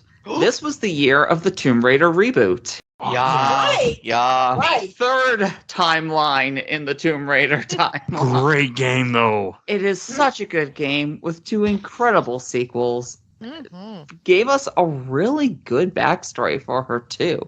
She initially even starts with hating tombs. God, what a good game. Her just being stuck on the island of Yamatai with her protege's film or teacher's film crew. Piece of shit guy, yeah. The piece of shit guy who absolutely is just like, no, kill them, just let me live. What a fucking scumbag. I feel so bad for the boyfriend appeal character who just dies. Oh, the guy that loves it, that like has a crush on her, and then trying to impress her. Yeah, I felt that when I played that game back in like 2014, 2015. I felt that. It's been so long. This was the start of a Tomb Raider timeline with a actual interlinked plot that even carried over into the comics. And the comics are also very, very good. That's cool. I really enjoyed that game so much when I played Tomb Raider. I played it early when it came out. I got it for cheap. I played it for this podcast. Like, that's a great game. Yeah. And the multiplayer. I mean, you were still scavenging for points instead of upgrade material. You were killing other players. You could zipline around and definitely take them out by hitting them in the back of the head with the pickaxe. It's a lot of fun. Wish they'd bring it back. You might have this game on Epic because they released all 3 for free on Epic one time. So if you grab every free game on Epic, you probably have this in your library if you want to play it. You should play it now or buy it now if you don't have it already, because there's a chance it could go away. Why? Is there something in there that... Embracer is collapsing, and they recently bought the rights to it and Kane, Thief. They bought a bunch of Square Enix material, and yeah, they're crashing and burning. They've already closed Volition and some other company. I think Gearbox is getting laid off. Okay, that's sad. So if Embracer dies, don't know what's going to happen to the IPs. It'll go in limbo for a while. We all die. I mean, that's why I have been trying. Whenever I hear games that are going to get delisted, I pick them up as soon as they go on sale on Steam, because almost every game, when they're going to delist something, they tend to do it on they drop it on a huge sale before it goes away. Oh, so you also got Crayola Scoot then? Did not Go away. I did get Battlefield Bad Company 2 though. I would have that's a respectable answer. I'm the only person on my Steam friend list who owns Crayola Scoot, and I don't know what to do with that. I joked about it, like, guys, we should get it, and I own it, and I'm like, you just live there now, and I'm like, I'm not gonna delete it, but I've tried, it's not good. But yeah, I hate Crayola Scoot. Anyway, that's funny though. Skateboarding scooter one. Yeah, it's kind of like I know Splatoon, where you splash color around an arena. It's a game that somebody made. It doesn't look that bad, buddy. I get it. I might have asked how much you pay for it. Oh, like $2. I would have bought it for $2 too had I known. I'm with you. I'm like that. I will buy random ass shit for cheap. Gotta be cheap though. Oh yeah. Otherwise, I will. Yeah, $2. I would have gladly done, especially unless it's only multiplayer. Oh no, there's nothing. It's all solo. I don't even know if it has multiplayer. From one time I booted it up. Yeah, I would have probably picked it up for $2 too. Oh, okay. Yeah. Woof. Anyway. I'm like that. I like stuff. I don't like things to go away, and if I can get it for dirt cheap, it can go on my library I'll never play and just have it there, and I'm happy with that. As long as it's cheap. Maybe one day I'll 100% it, and then I can just be like, I'm the only person who's 100%ed Crayola Scoot, and I'll just die with that on my grave. Learn to speedrun it. See how many speedruns there are of it. Googles it immediately. All the records are just milk. Hey, I'm now kind of curious. Yeah, that's how a game speedrunning community starts. You just get a few jags. You're like, I'm going to do this. But Oh, there are 3 people who speed run this game, and it is Only of them made 3? milk. 1 PC, 1 PS4, and 1 Switch. Oh my god, hey, congratulations to Aqua Baby. Aqua Baby, shout out to you, bud. I'm coming for you. Hey, at least, hey, look at that way. They can say they're the world record holder for There are people who I think go around and look for those games and just there are. I own this. I'll go do that. I've done it. I gotta bring you down. Gotta bring you down a peg. Oh, and there's a game that I have to mention that. This game. Well, it came off PC. That's not accurate. Sorry, I was looking at something that I thought it was, but then it wasn't. But here's a game that came out PS3. I don't know if the 360 version came out then, but Enslave Odyssey of the West came out in 2013. I thought this was older than that. It is, but the PC version was 2013. Oh. The 360 version was 2010. So that don't really count. So never mind what I'm saying. A really nice post-apocalyptic version of Journey to the West. Good game. Phoebe, do you have any games you want to mention? I can't remember who I posted. I have a quick DLC and a quick game, if that's Sure. okay. So, nobody's about to like me right now. Ubisoft lovingly gave Get us out. in 2010 a game called Scott Pilgrim vs. the World. Yeah! Woo! Very good beat 'em up. And then Oh, it took them 3 years to release a DLC for online multiplayer, which barely fucking worked, and to make Wallace a playable character who was actively just a reskinned Steven. Woof. Stills with rainbows. Like, get How it? He isn't the fucking fuck? gay! You do 3 years of work to give us a reskin palette swap and the buggiest servers I've seen in any fucking video game. Woof. Yep. That hurts. Yep. You don't even get a real ending with Yeah. Wallace. Every other Stupid. character, you get a fucking text wall that actually tells you something. There, it's just a picture and the end. I didn't know it took 3 years for the DLC to come out. Yeah, 3 years for Wallace to come out, and it Wasn't was Knives too, or was she earlier? She was earlier. She was the same year. Oh, She was 2010. Did that studio have issues after that game? Wasn't there something about that? And that's Oh, why yeah. it I took want to so long? say they broke up, but then they've reformed because it's the same people who made Shredder's Revenge. I fucking loved Shredder's Revenge. That was my game of the year last year. Revenge is so fucking good. And I'm yeah, so glad that silly style of beat 'em ups are coming back because Yes. we just got a G.I. Joe one announced either Oh yesterday yeah, or 2 days that ago. also And we have a Toxic Yes. Crusaders one Yes. coming. yeah, that looks Those two cool. also look Toxic fun, and Crusaders also fantastic. Shredder's Revenge is funny to me because, like, I don't even like playing as any of the Ninja Turtles. I love playing as April. Like, she's Yes. my favorite character. Hey, Kyrie's in the Fascinating. DLC now. I know. Yes, I can't wait to Usagi play it. Yojimbo. can't wait to play it. Usagi. Kyrie, I'm a big Kyrie fan because of the comics, Oh, IDW Kawaii's comics. so good. I love that Huh. they based some of her moves off of her appearance in TMNT Tournament Fighters for the Super Nintendo. Oh my And that also she's like extremely fucking overpowered and broken in that game. Like her moves are ridiculous and like hard to like. She is extremely hard to fight. She is so broken. Oh my god. Oh, but speaking of Scott Pilgrim, I've never beaten that game yet, or even played it that much for some Oh reason. shit. Great game. I Yeah, agree. love it. I have also bought it on Xbox 360 back when it was around. I have it on Switch. I have it on Epic. I have it on Steam. But There this it is a is. game you actually should spend the money that many times on. I did it because I bought it on Epic because they didn't release it anywhere else, and I was worried it would go away again. And then I bought it on Switch because me and Michael Hughes were going to play it at some point, and he had it on Switch. It was like $5 on a GameStop sale, so I bought it on Switch. And then I saw it for $5 on Steam, and I'm like, so I bought it on Steam. Oh yeah. Honestly, I'm okay with that type of like triple dipping because like you're supporting like an actual good game, but also like I get why you're going. You do that. I do the same thing myself. It's more of I try not to fall into the fear of missing out, but this was a game that I fell into the fear of missing out just because like I'm still like this game is going to get delisted at some point again. I guarantee you. Mhm. It's just there's too many licenses involved, and that stuff can get when Marvel games go on sale. Like I bought Ultimate Marvel vs. Capcom 3. Do I have any Same. plan to play it? No, but I was like, if I do want to play this someday, I want to have it on Steam so I have a way to play it when that day comes, because that's going to happen someday. Yeah. No, I totally get that.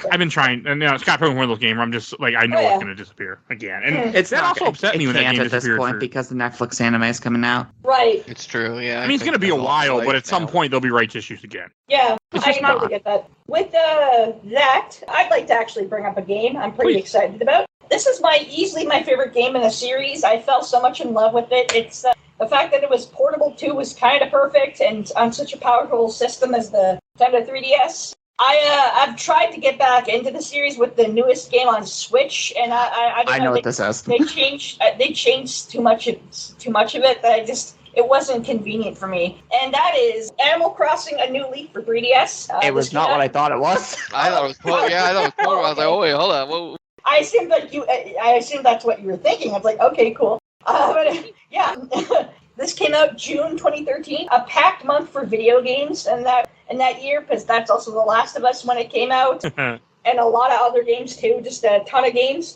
Yeah, Animal Crossing: A New Leaf was fucking excellent. I didn't realize just how much I loved it. I remember nights where I couldn't sleep. I would stay up like half the night, going to the island and fishing for sharks, and I just ranking up money and paying off for houses and stuff like that, and paying for the museum and everything. I feel like the portability of New Leaf really helped the game out too. It felt spacious enough where you could run around and look at stuff, but it also felt small enough that you just put it in your pocket with you and just play it anywhere.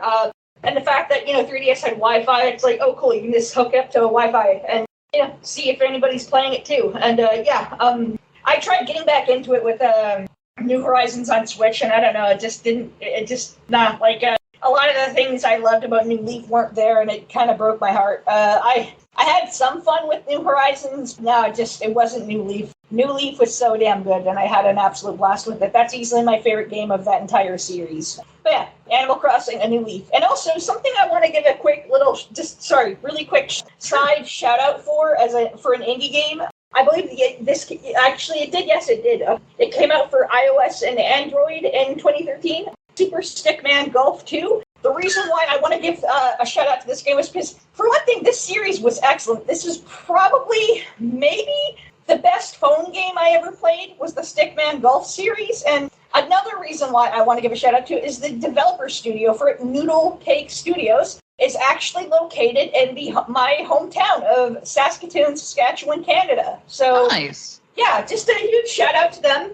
I'm sad at the moment that all the Stickman games have been removed from phone stores, which breaks my heart. I hope something can be worked out and they can come back up, because they are fantastic games. They don't really have that many microtransactions, and whatever they did was actually super cheap, like just literally a few dollars, like $2 or $3 for you get like a whole bunch of new levels and shit, and it's like, yeah, okay, I'm actually kind of okay with that, even though I really tend to hate microtransactions. But yeah, the Super Stickman Golf games and Animal Crossing New Leaf, man, those games remind me of why I love not only video games, but why I loved portability in video games. Like, I mean, I loved playing consoles at home and everything, and I loved playing at arcade games at arcades and stuff, but no, just like having a game in the palm of your hand, it's games like those that remind me of like, oh yeah, portable games can also be really fucking good when they try, and they really focus on what makes portable game good while at the same time still portable. But yeah, shout out to those two games. See, when you said that it was going to be a 3DS game and that you weren't a big fan of the new Switch one, I thought personally you were going for Monster Hunter 3 Ultimate. Oh, wow. We have a 3-factor here. I actually kind of like the new Monster Hunter. I never quite got into Monster Hunter. I don't know, too much for me. I did play the newer one that's on Switch and Windows and stuff, and I gotta be honest, I would only really play that game. Like, I'd play like a few missions and stuff. But mainly I would just hammer the pet the dog button. Like, I'd be like, okay, we're gonna pet the dog. I want to pet the dog. I'm gonna pet that Believe dog. me, I understand. Yes. I was in college when this game came out, 3 Ultimate, and everybody I knew with a 3DS was playing it except for me. Yes. I did not understand the appeal of this franchise. Then I tried Rise, and I went, oh, god damn it, now I get it. I'm so angry with that fucking plush dog that they released with Rise. Like, it's didn't even so know they did expensive. that. No, And the plush dog is huge. It's this huge plush. And it pisses me off. It's so expensive. I'm like, God damn it, I wanted to buy it and cuddle with it and pet it. I'm heartbroken. All right, I'm looking this up. Oh my God! I Yeah, it's just pretty want cute. to pet the dog. You should post the image in the chat because I don't want to Google. There's 2 of them. I'll take a screenshot of both of them. Okay. Like I said, the plush is huge. Like, it's a giant plush. Like, it's just, ugh. Those are the And 2 Star, that do you have any I games found. you want to mention? I'll do a quick shout out for a smaller one that I don't think many people have heard of. Antichamber was a really fun puzzle game that I That's loved on my a lot. list. Oh, hell yeah. Antichamber's neat. I don't think I ever beat it, but I got real close. I think I had like 2 or 3 puzzles left and I could never get it. And I was like, damn. But I think they made like a remake of it a few years ago. But Antichamber's solid, still holds up, in my opinion. Okay. Really good non-Euclidean first-person puzzle game. Yeah, I think I don't know. I feel like there's a lot of puzzle games of this sort of like first person, but this one and like Portal and a few others, they just like stand out in my brain of like just doing some weird shit in a way that I'm digging. Talos Principle, The Witness. Yeah, all that. This looks interesting. This is on Steam, I think. Yeah, it's I'm on pretty sure it Steam, is. and you'll get lost. And it's probably pretty cheap because I mean, especially I don't know. Like I said, I think they re-released it with like some small updates, maybe in quality of life stuff. But I might be totally imagining that. But regardless, if they haven't, the It's original $20 on Steam. Yeah, so Oh, then not probably cheap. maybe not. That's but worth it's it. Yeah, it's still worth it. In my opinion, like it's a puzzle game. But you know. said the key word for me that made it not worth it. Oh, what was that? Puzzle game.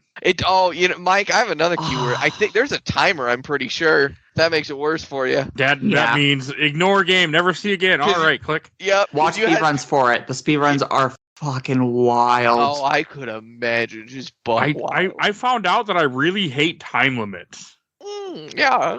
Weird, huh, Mil? Huh, I don't know why. Yeah, I don't know why. That's wild. But anyway, maybe if you want to share anything else about Antichamber, I'd be happy to let that run right now because yeah, that's fair. I think the only other one that I have a personal connection to that I can think of, because we're talking about a lot of these ones that aren't even like lists I look up, and it's nice to hear them. But the Which is DLC, what I love about doing these. because if you just Google it, you get this list. You're like, oh, it's pretty neat. But then you hear all these other ones. But the DLC for XCOM Enemy Within, that was my way I experienced that game, like in full, and it slapped, and I loved it. And it was a DLC that I think most people are like, you could play it without it, and it's just a completely different game. And like some people are like, oh, you should play it without, and then play it with. And I'm like, no, just go play with the DLC. Have a good old time. All the weird mechs and like other tech they added. Didn't it come out as a complete package too? Like, No, there was, I think, originally just XCOM. And yeah, there is. I have both on PS3 Yeah, and 360. so then Enemy Within PC. was a DLC. Oh, it's on sale right now, apparently.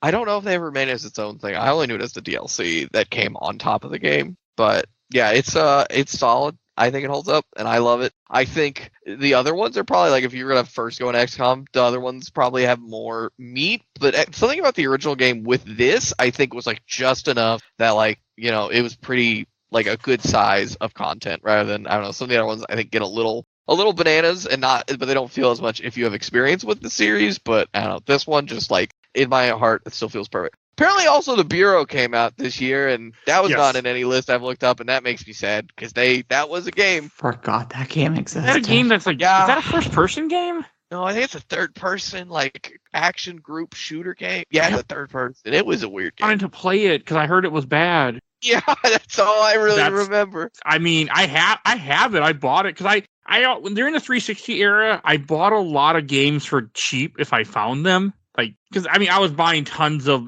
buy two get one free sales at GameStop. I'd go every single week. I mean, I was constantly just buying cheap shit for under $10 at this time. So I have a huge collection of 360 and PS3 games. As a person who doesn't typically play games like XCOM, I got really excited when it was like, oh, we're going to make a shooter. I was like, that could be good. And then I think it was pretty clear out the gate. Everyone was like, oh, I don't know about this. And then it came out and it was like, yeah, no, we're good. You can skip it. I was like, okay. I thought there was a Fair enough. first-person game. Maybe that was something else. I don't know what's been on. It might have been something else. No, this is definitely a third-person game. I mean, I could have swore there was but maybe I think it's something completely different. I don't know.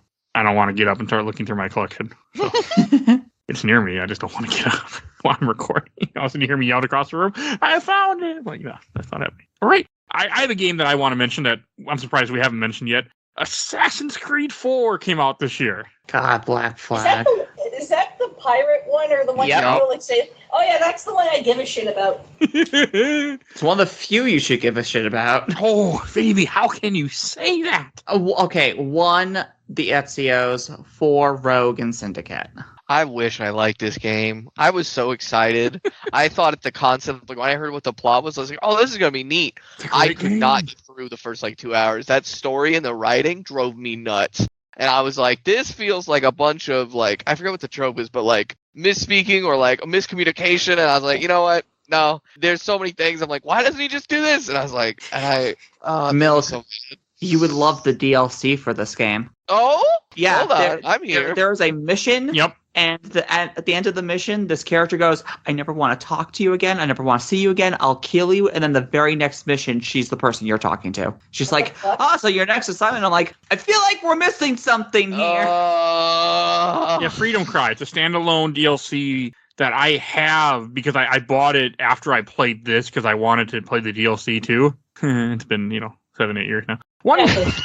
But no, Black Flag was just an amazing game. I played it when I was getting back in the game after I played Last of Us, and I played this around that time finally. So this would have been 6 years ago at this point. It's so good.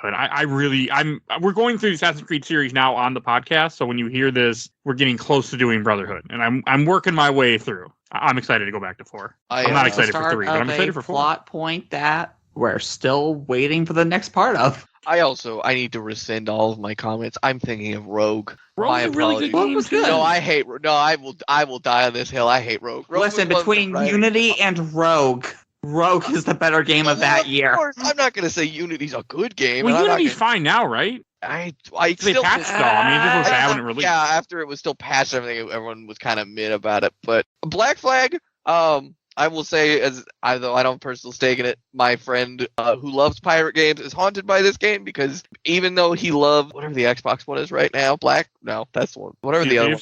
Yeah, he loves Sea of Thieves and respects it. He just feels like there's not been a great, good, pirate action game since Black Flag, and it haunts him. And Ubisoft is supposedly making Skull and Bones. oh, that's such a cursed word in his ears right now. It's been a heartbreaking journey for him. Supposedly is the that key game. word there, Phoebe. They have to because of contract with a country's government. I forget who. I still believe in Beyond Good and Evil too, so... Yeah, well, but yeah, respect for Black Yeah, Flag okay. for its ship combat. Heavy respect from this corner. I mean, I guess they don't have a choice with Skull and Bones if they have the country's not going to let them just get off with it if they don't do it. Yeah, no, Beyond Good exactly. and Evil 2, that's not coming out ever, so. But How dare you! we talked about this somewhere else, but I don't remember what episode. It wasn't that long ago. I talked about Beyond Good and Evil 2 again. I don't remember if it was Phoebe or not. It might have been. But as I said this joke, I'm going to say it again because it might have been months depending when you hear this. I always think about Beyond Good and Evil 2. When I worked at Target in 2009, we had it on one of the promotional things for PS3. Oh, God. It was coming soon. It's never happening. That was 2009. Stay strong, my siblings. It'll be here one day. Supposedly we're getting a Beyond Good and Evil 1 remake or port for modern consoles, and so I'll see. Is that you patting me on the head? Angry slaps. I was taking it as upset slaps. I want hugs. We'll give you virtual hugs. Hell yeah. We'll reach across the country because I know all 4 of us are, well, one of us in a different country, but all 4 of us are in different areas throughout the North America. So. Yeah. And Kyle, do you have any other games you want to mention? So you have 2. One is actually a new game, and one's a re-release. But I'll do the re-release first. Just a quick little thing. Okay, so on the Wii U, I believe in July of 2013, a game that's literally my favorite video game of all time was re-released, and that is Earthbound. Earthbound was re-released on the Wii U in July of 2013. I love this game very much. Yeah, easily. Yeah. I just didn't know that. That's upsetting. Because, man, they should do that again. Yeah, I know. I love Earthbound so much. It's, literally my favorite video game of all time. I am so happy that they were able to get through everything and re-release it. I know Earthbound's had a weird, rocky history, and with copyright stuff and everything, I'm just so happy they're able to work things out. Yeah, I love Earthbound so much. I fucking love it. Great game. My favorite game of all time. And to go on with the new game that came out in August of 2013, that is a game I very much love dearly. I've got it. I believe I have it on PS3. I think I also got it on PS4. I love it a lot. It's Dragon's Crown. Okay. Was that this year? Yeah, 2013. Huh. Yep, developed by Vanillaware. I love that studio dearly. I've enjoyed quite a lot of their games. Fuck, I really wish we could somehow get either a remake or English fan translation or something of Princess Crown. I want to play that game, but I know there's a way to do it in English, but without the game being translated, there's like an FAQ, and I don't know. Sounds complicated, and I want to play the game, and I really want to enjoy it. That and Muramasa would be really nice. Yes. Yeah, that was also 2013. Hell yes. Man, I absolutely love Dragon's Crown. Fun game, really good beat 'em up, and I know it is. Some of the developers for Vanillaware came from Capcom, and some of those developers, including the artist George Kamatani, also, I believe, from Capcom, helped work on the very fantastic Capcom Dungeons & Dragons beat 'em ups, and I fucking love those games so much. Like, I don't know D&D at all, so, like, please don't, like, to start, like, oh, what's your favorite? And I'm like, fuck. And then I'll just, like, hide or something, I don't know. Yeah, I absolutely love those Capcom D&D games. And, Dragon's Crown felt like a great predecessor, if that's the correct term. But, yeah, great game, lots of fun, just super fun little solid beat 'em up. Fun characters. I enjoy George Kamatani's style of artwork, especially for Princess Crown. I really love a lot of the character designs. Yeah, really enjoyed Princess Crown. Really damn fun game. I'm happy it came out when it did. I'm happy it got re-releases too. I hope it someday can get a Windows release. I hope a lot of the Vanillaware games get on Windows because I want them to be shared and I want them to be accessible for people because Vanillaware is great and I just want them to, be in the future. I can pretty much guarantee you at this point that Princess Crown and Muramasa will get ported because we have an Odin Sphere port on the PS4. We just got Grim Grimoire again. Right. Oh, yeah. I forgot about that. So it looks like they are giving a lot more love to their back catalog. Good. Okay. And Phoebe, do you have any other few games you want to mention? I have I was going to say, I have a whole list still. A good twofer. Double Fine gave two pretty good games this year. If you average it out, there's The Cave, which it's fine. It's way too long because you can only pick 3 out of 7 characters at a time to do this 5 to 6 hour puzzle and then get 1 or of 2 endings for each one. So you're going to be playing this quite a few times to get the full thing. But at the same time, Double Fine gave us the absolutely metal game, Brutal Legend. I'm glad somebody brought this up. I wanted to hear about it. I've never played it, though, so I can't talk about it. Okay, so this is going to sound really confusing because this game is divided into thirds. It is 1/3 hack and slash, 1/3 vehicle exploration combat game, and 1/3 RTS. And that doesn't sound like it should mix at all. This game pulls it off, and it has so many metal references. All the music is heavy metal. Ozzy Osbourne is the store manager, who is the god of metal. Lemmy from what fucking band? I can't even think anymore. I don't want to say Radiohead. That's not right. Brain's not working. I know what you're talking about, but I can't think of it either. Yeah, he's a major character. They have Brian Posehn as an NPC for a bunch of quests. They just got everybody for this game. Jack Black, of course, plays Eddie, and God, this game rules. Tim Curry's the villain, just absolutely playing it up like he's in Legend again. God, yeah, this game is rad. I'm glad it exists and was what it was. I just didn't know it was Double Fine. They have been talking about making a sequel still, and since Psychonauts 2 came out, I have a bit more hope than I used to. Yep, I'd agree. Okay, and Phoebe, do you want to mention one more, and then I'll mention 2? Yeah, sure. Man, did you ever think Metal Gear could be a hack and slash character action game? Yes. Because let's talk about Revengeance. That came out in 2013? This was 2013 according to my sources. Okay, thank you. I didn't see it when I was scrolling, but I didn't look that hard either, so. Just playing as Raiden post MGS4. This is the last point in the timeline so far. Kind of leaves on a cliffhanger, but if you want a very, very good character action game with some really hokey cutscenes, this is the game. You gotta Don't mess with a senator. Because this was one of those games that was the main thing I remember is they were like, look at this Connect, and like action are you? And he's like cutting fruit. And you're like, oh, okay. But no, that's sad because this game, like that's what I remember. I know this game in post has had its little like cult following, and this game was surprisingly really. Son. Oh, and the senator. I love the senator memes. Armstrong is one of the best villains for the absolute hokey, corny bullshit that he is. And Jetstream what the hell? Jetstream Sam is such a fun boss, and he's just a guy. He's not a cyborg at all. He's just wearing a super suit. But he can keep up with you and maybe even surpass you. This is rad. I'm so glad someone talked about it. It's a super weird ass game, but it is. Yep. I want to play it again really bad for the podcast, but I just haven't gotten there. Well, it has a 95% positive on Steam, so apparently the PC port is kicking it. Yeah. People still play this game a lot. I'm not that surprised. All right, So you had two games? I'll do two. Oh, well, first I have a game for Milk that I don't understand why you didn't mention because it came out in 2013. It's in your favorite one of your favorite series. It hasn't popped up. Which There's one? a 3 in it. Oh, I saw this once and I instantly blocked it out. And it reminded me. It told me what year 2013 came out this was. year. What was it?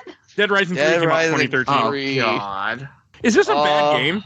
Oh, I mean, if you're a fan of the series, it's where it all starts. It's where it just becomes unredeemable. I think that feels like how I'm feeling about 1 with the time limit. Okay, let's take a breath here. Let's call You're not these gonna words. Like me when episode that already happened came out. We need to save this for the episode this belongs. But 3 is weird. 3 does throws so much of what has made 1 and 2 great out the window, and went, we're gonna do other stuff, and everyone was like, why? And then it just wasn't well received. Wait, there's stuff that makes 1 and 2 great? Okay, all right. Thank you, Phoebe. High five. I need to take a few breaths, but in short, Dead Rising 3 on Steam has a mostly positive 75%.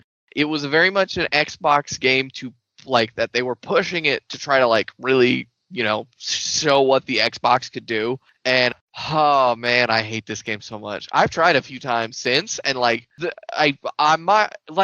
just can't. It gets me so upset when I want to talk about why I don't like this game, and I just can't. I hate it. That's all. I have nothing else to say.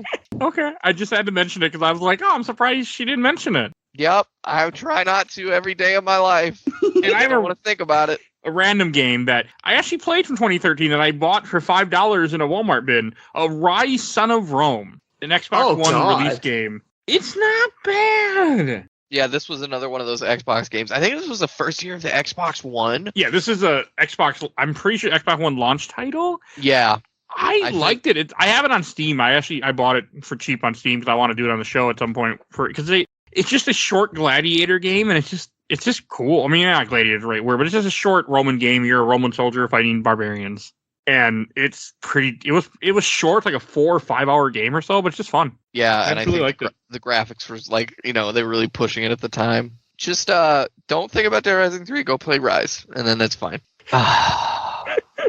So it's just one of those games that I was like, this is a really cool game. So yeah, that's what I got for that. And Kyle, did you have any other games? Or were you all good? I have a few more to mention. No, actually, I have a game I'd like. Oh, sure, sorry. Please do. My microphone was muted. Sorry about that. Anyways, yeah, actually, I do. I would like to give a shout out to a game that's very close to my heart, just like its original game. I love this game. I grew up with the cartoon. I loved what they did for this game as well, with bringing a lot of the cast back. DuckTales Remastered. Very, very, yeah, thank you. Very lovely game, very sweet, just very lovely. I'm usually not the biggest Way Forward fan. I find a lot of their games kind of overly developed, their character animations are so overly done that they just don't control that well. I don't know. I think it's something with me, but there have been Way Forward games I have enjoyed, though, in the past. But yeah, DuckTales Remastered, damn good game. Love that they pretty much got everybody they could get back from the cartoon, the 80s cartoon back again, which was really sweet. And loved hearing them again. It felt like I was a little kid eating peanut butter sandwiches and watching cartoons. And yeah, I loved it. It was such a great time. And I love the original NES game as well. Masterpiece of a game, one of the best platformers on the NES. Capcom really killed it with Disney Capcom stuff. And I think, aside from Tailspin, literally every Disney Capcom game out there is, so good. But yeah, really, really solid game. I loved it. I had a blast with playing it. And yeah, that's DuckTales Remastered. Another game I also want to bring up, because unfortunately, the developer of it closed down, and it's fucking tragic. Saints Row 4. Yeah. Yeah. And rest in peace, Revolution.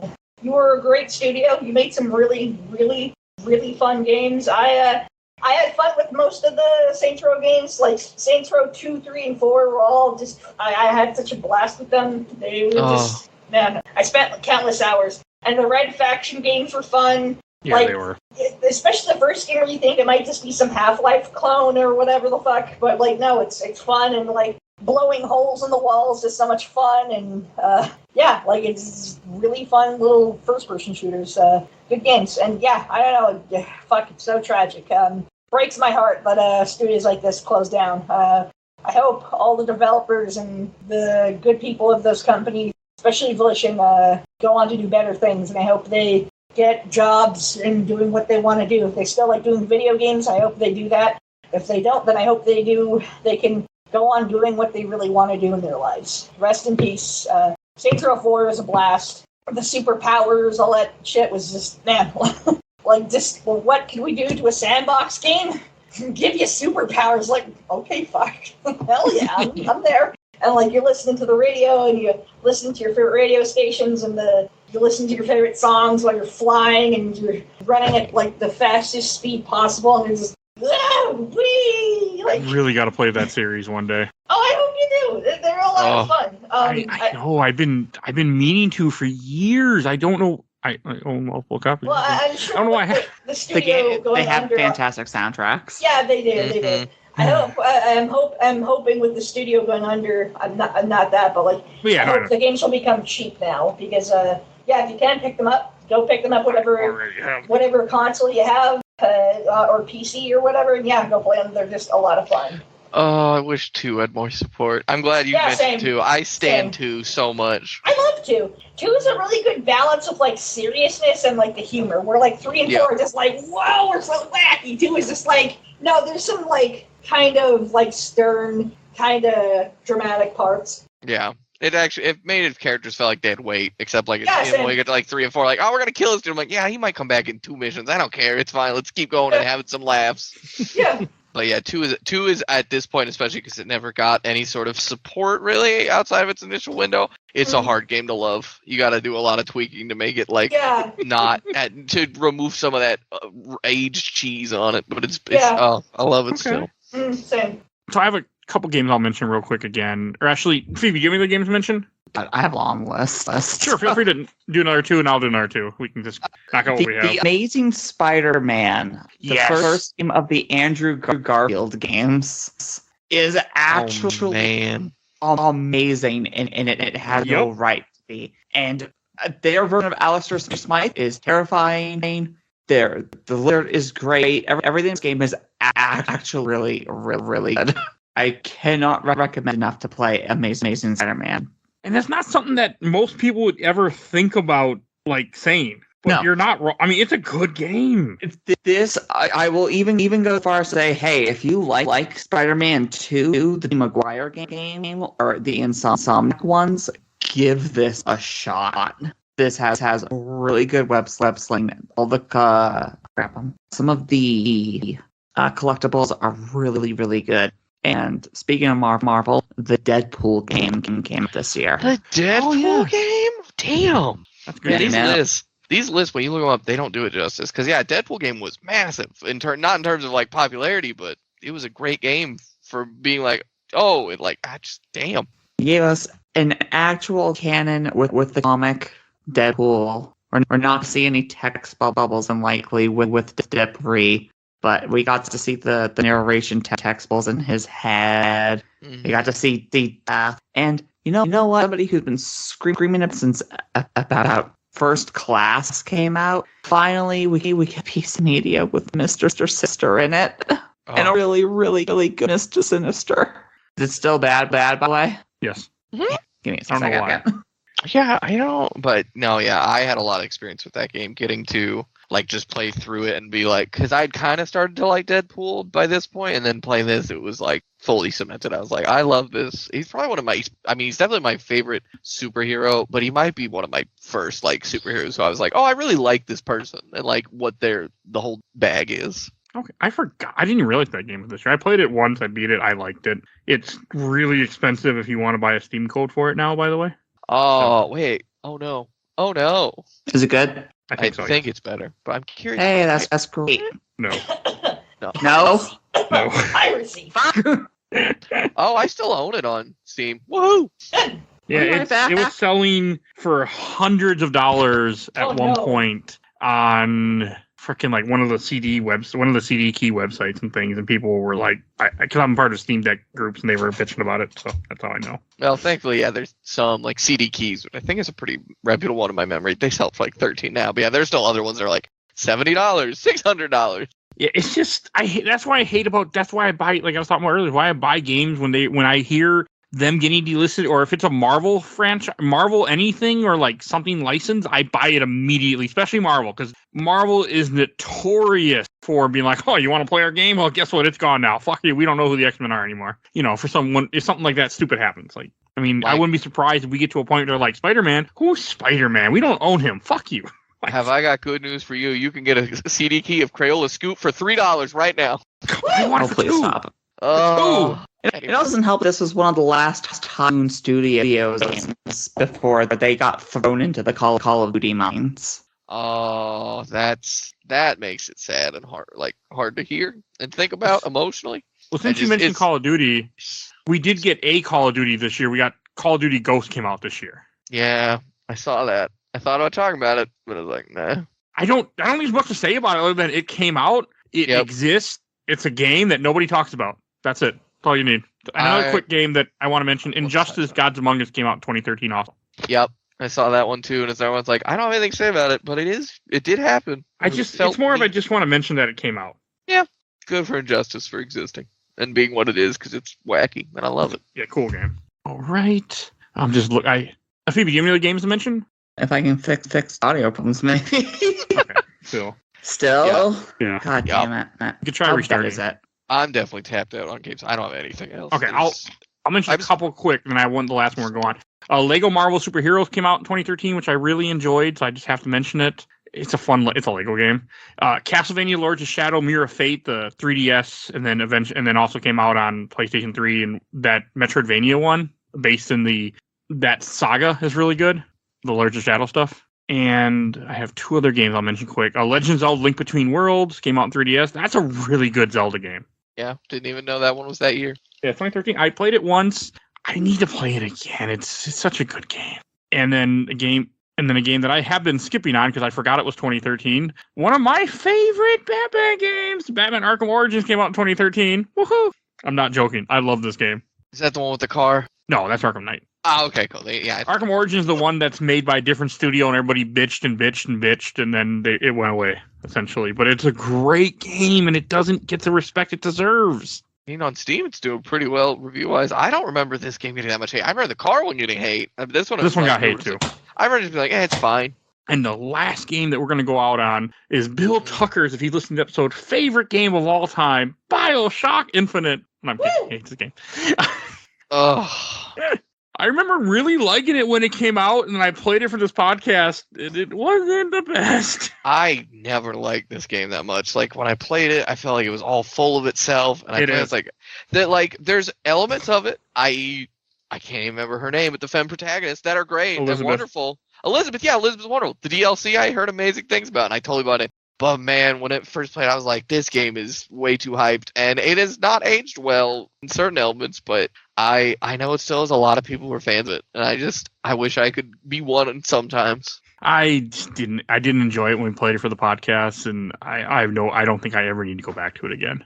Did you play the DLC? The DLC is great. Okay, I was wondering. We also did a 2-hour episode about the DLC too. So. Oh, of course. Okay, good. That's why I need to go back to that game to play the DLC because I never did. But I somehow haven't got it really spoiled. I know little bits. I've seen images, but I don't know like much about it. You should play it. The DLC is really good, really damn good. So, and then what I like to do to wrap up this episode, since we don't do Shelf or Box, since it's a year, I like to always say what our top 3 games are. And Kyle, what were your top 3 games for this year? I feel like the topic of BioShock Infinite kind of just zoomed by. I didn't really get to say anything. But sorry. No, please do. Please do. I played the game. Thought it was okay. There were some fun parts. I thought the melee combat with like your little hook spinning thing was kind of fun. The guns were pretty solid. A lot of your magic power thingies, some of them felt kind of useless, while others were like, I kind of relied only on like, I think you get like 6 or 7 of them. It's been a while since I played it, but and I only used like 3 or 4 of them. Yeah, good. I don't know. There was a period of the plot where I just fucking stopped caring. I'm like, man, this is fuck. Like, I don't know.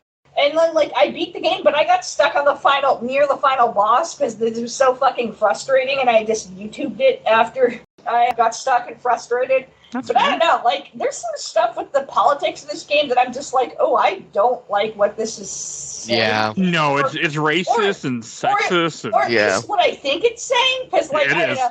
I have, like, a thing where, like, I feel like if I said what it was, I might get, like, people kind of like, no, you fucking idiot, it actually means this. I'm like, okay, whatever. I'll say it for you. The game literally has you choose a baseball to kill someone because they're not the same color as you. It's a racist piece of shit game at times, and it meant to be. And Thank you. So, yeah, that's not, that's there. The whole thing of, like, criticizing the slaves because they fought back was kind of fucking gross. It's like, it is. What the fuck else are you going to do when you're a slave? Of course you'd fight back. You're a fucking slave. Like, I mean, what, do you think if you ask politely, the slave driver's like, hey, can I stop being a slave, please? Like, oh, sure, here you go. Like, it has very much at times of that of that element of there's good guys on both sides. Like, it has very much that element of it when it didn't need to do that. It didn't need to make the other group evil, but it had to make both evil, and it had to make even like Pinkerton like, he's just trying to make money. He's not that bad of a guy. Like, oh god,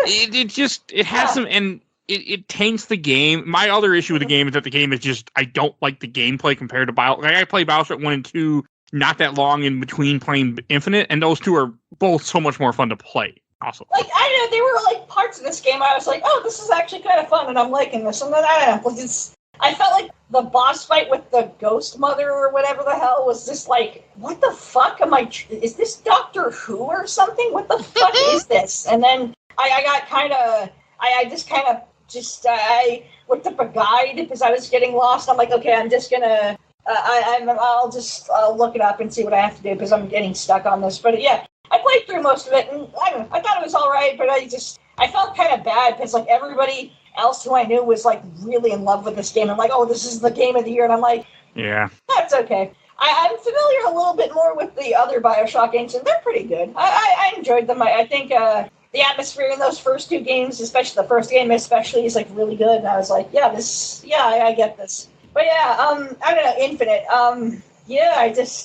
There were some fun moments, but I kind of felt like it just ended with like a wet fart, and I was like, it's just that it makes you feel like the ending felt so full of itself. Like, oh, look at this big. It's like, oh yeah, multiverse. Woo, you did it. You've changed the game. Congrats. It made me so mad when I got to the end. I was like, there's always a lighthouse milk. Always a lighthouse. There's always a carton of milk. Yeah, all those reasons I was thinking that today, because I was drinking multiple cartons of milk after I got bit by zombies today too. So. Oh no. Everyone knows that's what keeps you going. Now you're gonna have the shit. Infected shit too at this point. So you got Oh no. And before we go to last 3, I know Phoebe, you said you had a couple you wanted to mention. Yeah, I have a bit of a light round if that's okay. Please. All right, Bit Trip Runner 2. If you like rhythm games or 2D platformers, this is actually a pretty solid game. I feel like I still have audio problems. Yeah, unfortunately. I don't know why. I apologize for the listeners, for everybody. Slender the Arrival. It's a horror game. It's to a 10-year anniversary right now, and it's getting both up to another level. Okay. Wait. Oh gosh, that's wild. This was the like actual game that was fully released. I don't remember this game being good, but everything else is saying otherwise. That's surprising. Yeah, people like it. One of the best Metroidvanias ever. Melee came out this year. Oh yeah. Fun melee-based Mexican luchador Metroidvanias. The infamous Ride to Hell Retribution. One of the worst video games of all time. One of the best roguelikes, Rogue Legacy, came out. Yep. Brother Tale of Two Sons came out. So if you're a big fan of It Takes Two, this is the spiritual predecessor. First Outlast game came out. Wonderful 101, keeping the beautiful Joe-esque lifestyle going. I forgot. The Xbox One Killer Instinct came out, still going strong, and now getting another update. That game is a masterpiece. That game is surprisingly good. And finally, that nobody is going to know, the Angry Video Game Nerd Adventures came in 2013. An extremely hard 2D platform that plays very similar to Mega Man. And finally, for people who like Donut Count and Neon White, you can play one of their first video games, Bubsy Visits the James Turrell Retrospective. Wow, that's a lot. I'm so happy you mentioned AVGN game because I saw it and I was like, I could, but I was like, nah, I don't think that's needed. But also the Bubsy, woof. Yeah, I cannot recommend Bubsy 3D Bubsy Visits. It's the Trail Retrospective enough. What? It is silly. It's a browser game. I can highly recommend it, especially if you take an edible. I'm writing that down. Could I give a quick run through of some? Because I searched it differently and I got some. And I was like, because I was picking out my 3 and I was like, oh, SteamWorld Dig came out in 2013. That series has been amazing. I've just I haven't really liked much of the other games until their most recent one that's not even out yet, which is the city management one. A game I don't think anyone will know, but it's called Sang Freud Tales of Werewolves. That's probably going to be one of my top 3 because I love that game. I only played through it once. It's a really weird wave mode with a really amazing story about a brother who's been infected and is becoming a werewolf, and you get to pick which brother you play as. And I think it's also time based. It was really cool. Call of Juarez Gunslinger. I love that game. That was a game I played I just picked up I don't know anything about this, and I played it, and I played that whole game, and I loved every minute. And I was like, well, this was a good game. I'm glad that they were never gonna make another one that's trash and something really weird. Oh no, wait, yeah, okay, wait, hold on. Which one am I thinking of? Oh no, this is that one. As the Cartel? I mixed them up. No, this is the weird one. Oh god, I take it back. Call of Juarez is great. Gunslinger shouldn't exist. Moving on. Gunslinger, that's the Kinect one, right? Yeah, that's the one that has it's in modern day, and it's 3 modern cowboys, and they go on a wild adventure. Not for me. That's okay. Sang Freud is free, by the way, on Steam. Wow. Yeah, it's probably hasn't aged well, if I had to guess, because I only played it once, but I loved it back then. It's a unique game, and it's pretty short from my memory. Payday 2 feels like it should be mentioned. Finally getting Payday 3, yeah, after 10 years. Small game, Race the Sun. That's it's usually still pretty expensive because it's still pretty good, and I have a friend who adores it to death. State of Decay, the original. We got that one this year. That was pretty wild. Couldn't talk about it, but yeah. Yeah, I remember trying it as an Xbox 360 arcade game, and I liked it, but definitely not. I never got super into it. Don't Starve, which is still around again. Ooh, nice. Yeah, that was this year. It's been around a long time. And then the last one I want to mention, because I really respect it, even though I don't have a lot to say, minus what they're doing now. I'm really interested. Warframe started in 2013. Holy shit. I think this was the official release of Warframe, because I think it had been around for a while before that, but then this was hey, here's the game, Warframe. Because I feel I remember people talking about it in high school. So, yeah. But that was a little list of random things that popped up. I was like, oh, some of these are cool. Dragon's Dogma? Sorry, we can move on. Dark Arisen, came out. Gosh. MMO for Defiance came out. Which is a good sci-fi show. Nothing about the MMO. Wild. Okay, I don't play MMOs much. We're just about to wrap this up because it's going up 2 hours. Yeah. Kyle, do you have any last one to shoot out before, or do you want to do your top 3?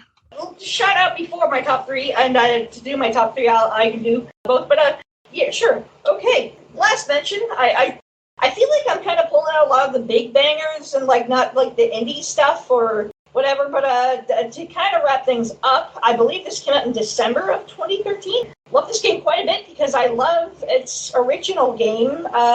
also quite a bit. Easily my favorite game of the series, the original game. I mean, this game that I'm going to mention right now is also like excellent, but this like the original game it's based off of is one of my favorite games of all time.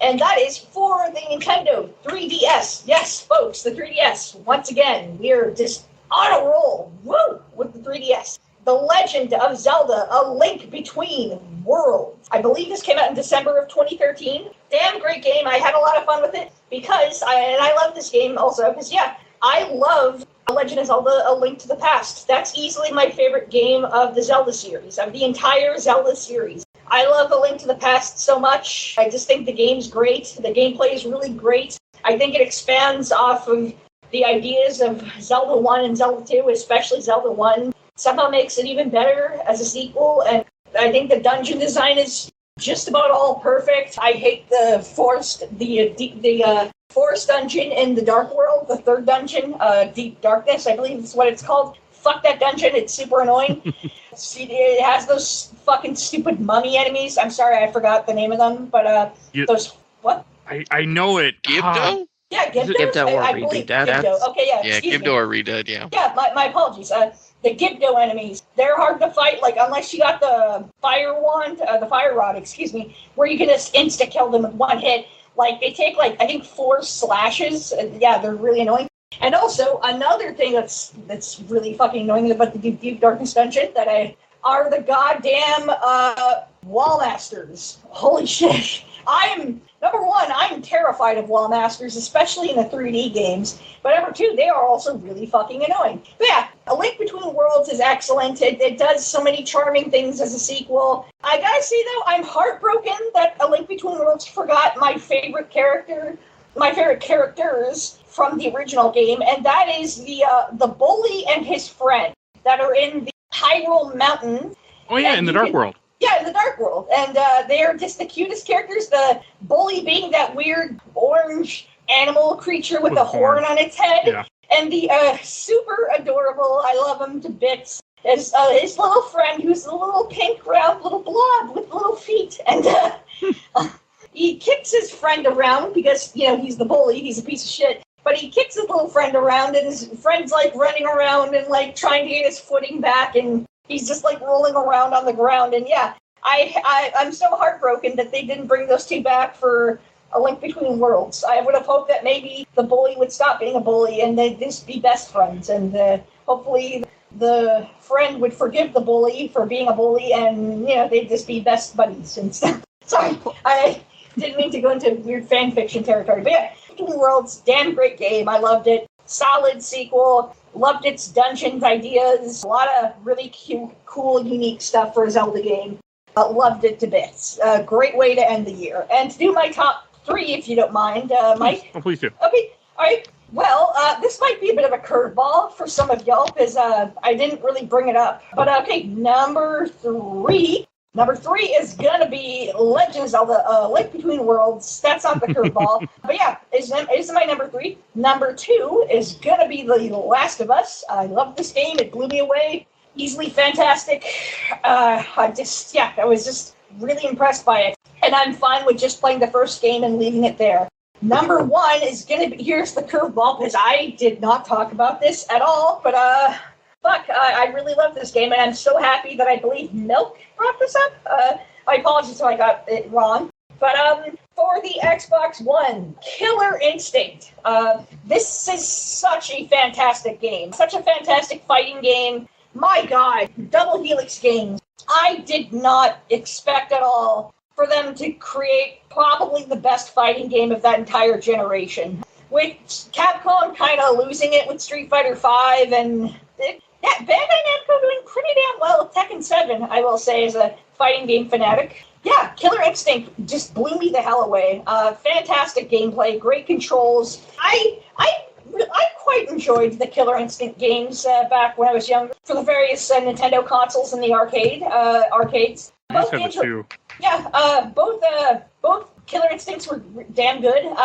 I kind of appreciated them because it's like, okay, what if Mortal Kombat didn't have garbage controls? And I'm like, cool, I like that. So, yeah, yeah, what if Mortal Kombat didn't have awful fucking controls? And I'm like, yeah, okay, cool. And it's like, all right, sure. So it's Mortal Kombat, but it plays a little bit more like Street Fighter. I'm like, okay, sure. And yeah, Killer Instinct brings that back again. And yeah, just, man, folks, if you haven't played Killer Instinct, please go fucking get this game. It's wildly still available. Don't worry, it's not gone. There's no like separated game now. It's all one complete game. It's available on Xbox. It's available on PC. You can get it on Steam. You can get it on PC Game Pass for Windows. Yeah, it's available. And honestly, the version on Steam, which is the same version on PC Game Pass, if you don't have PC Game Pass and you don't want to get PC Game Pass, the version on Steam goes on sale like all the time, and it's pretty fucking cheap. Like, it'll go on sale for like $15 to $20 for like a ton of fighting game characters. All the DLC and everything. You get everything with this version, the complete edition. So yeah, Mortal Kombat, easily my favorite game. Sorry, not Mortal Kombat. I'm sorry. Killer Instinct. Sorry, my apologies. Killer Instinct, just fucking absolutely fantastic fighting game. Killer Instinct, my number one of the year. God bless you all. Thank you. What a great soundtrack. Hell yeah. Agreed. Phoebe, what are yours? I'm back to Rise. Fucking still slaps to this day. Woo! Nice. Oh, really? Uh-oh. You Oh, still no. there? Yeah. I Am think I? it's gonna be fun. I think it might be getting worse, sadly. Phoebe. Yeah. no. Oh, crap. Do you want to see if you can do your top three? Can you hear me well enough to do my top three? It's there. Okay. It's there Yeah. for now. If you could, maybe just write it down in the text chat, and then like Mike or Milk can read it off. While they make a choice to do that, I'll just do mine real quick. Yeah, please do. Mine, I think, in order of honorable mention would be Last of Us, and SteamWorld Dig. Those are really close. But for me, third is probably Wolf Among Us. Second is probably Sangfroid, just from how much it lives in my memory and heart. And Nice. first Okay. is Gone Home. Like, I just remember, looking at some of these images, there's certain elements that I think have not aged well, morally, politically. But outside of that, I'm like, I just remember playing this game and it just took me away. And I just played the whole thing. And I was like, wow. But yeah, Wolf Among Us for 3, Sangfroid for 2, and Gone Home for 1. I love Gone Home. Nice. All right, and I will read Phoebe's for her.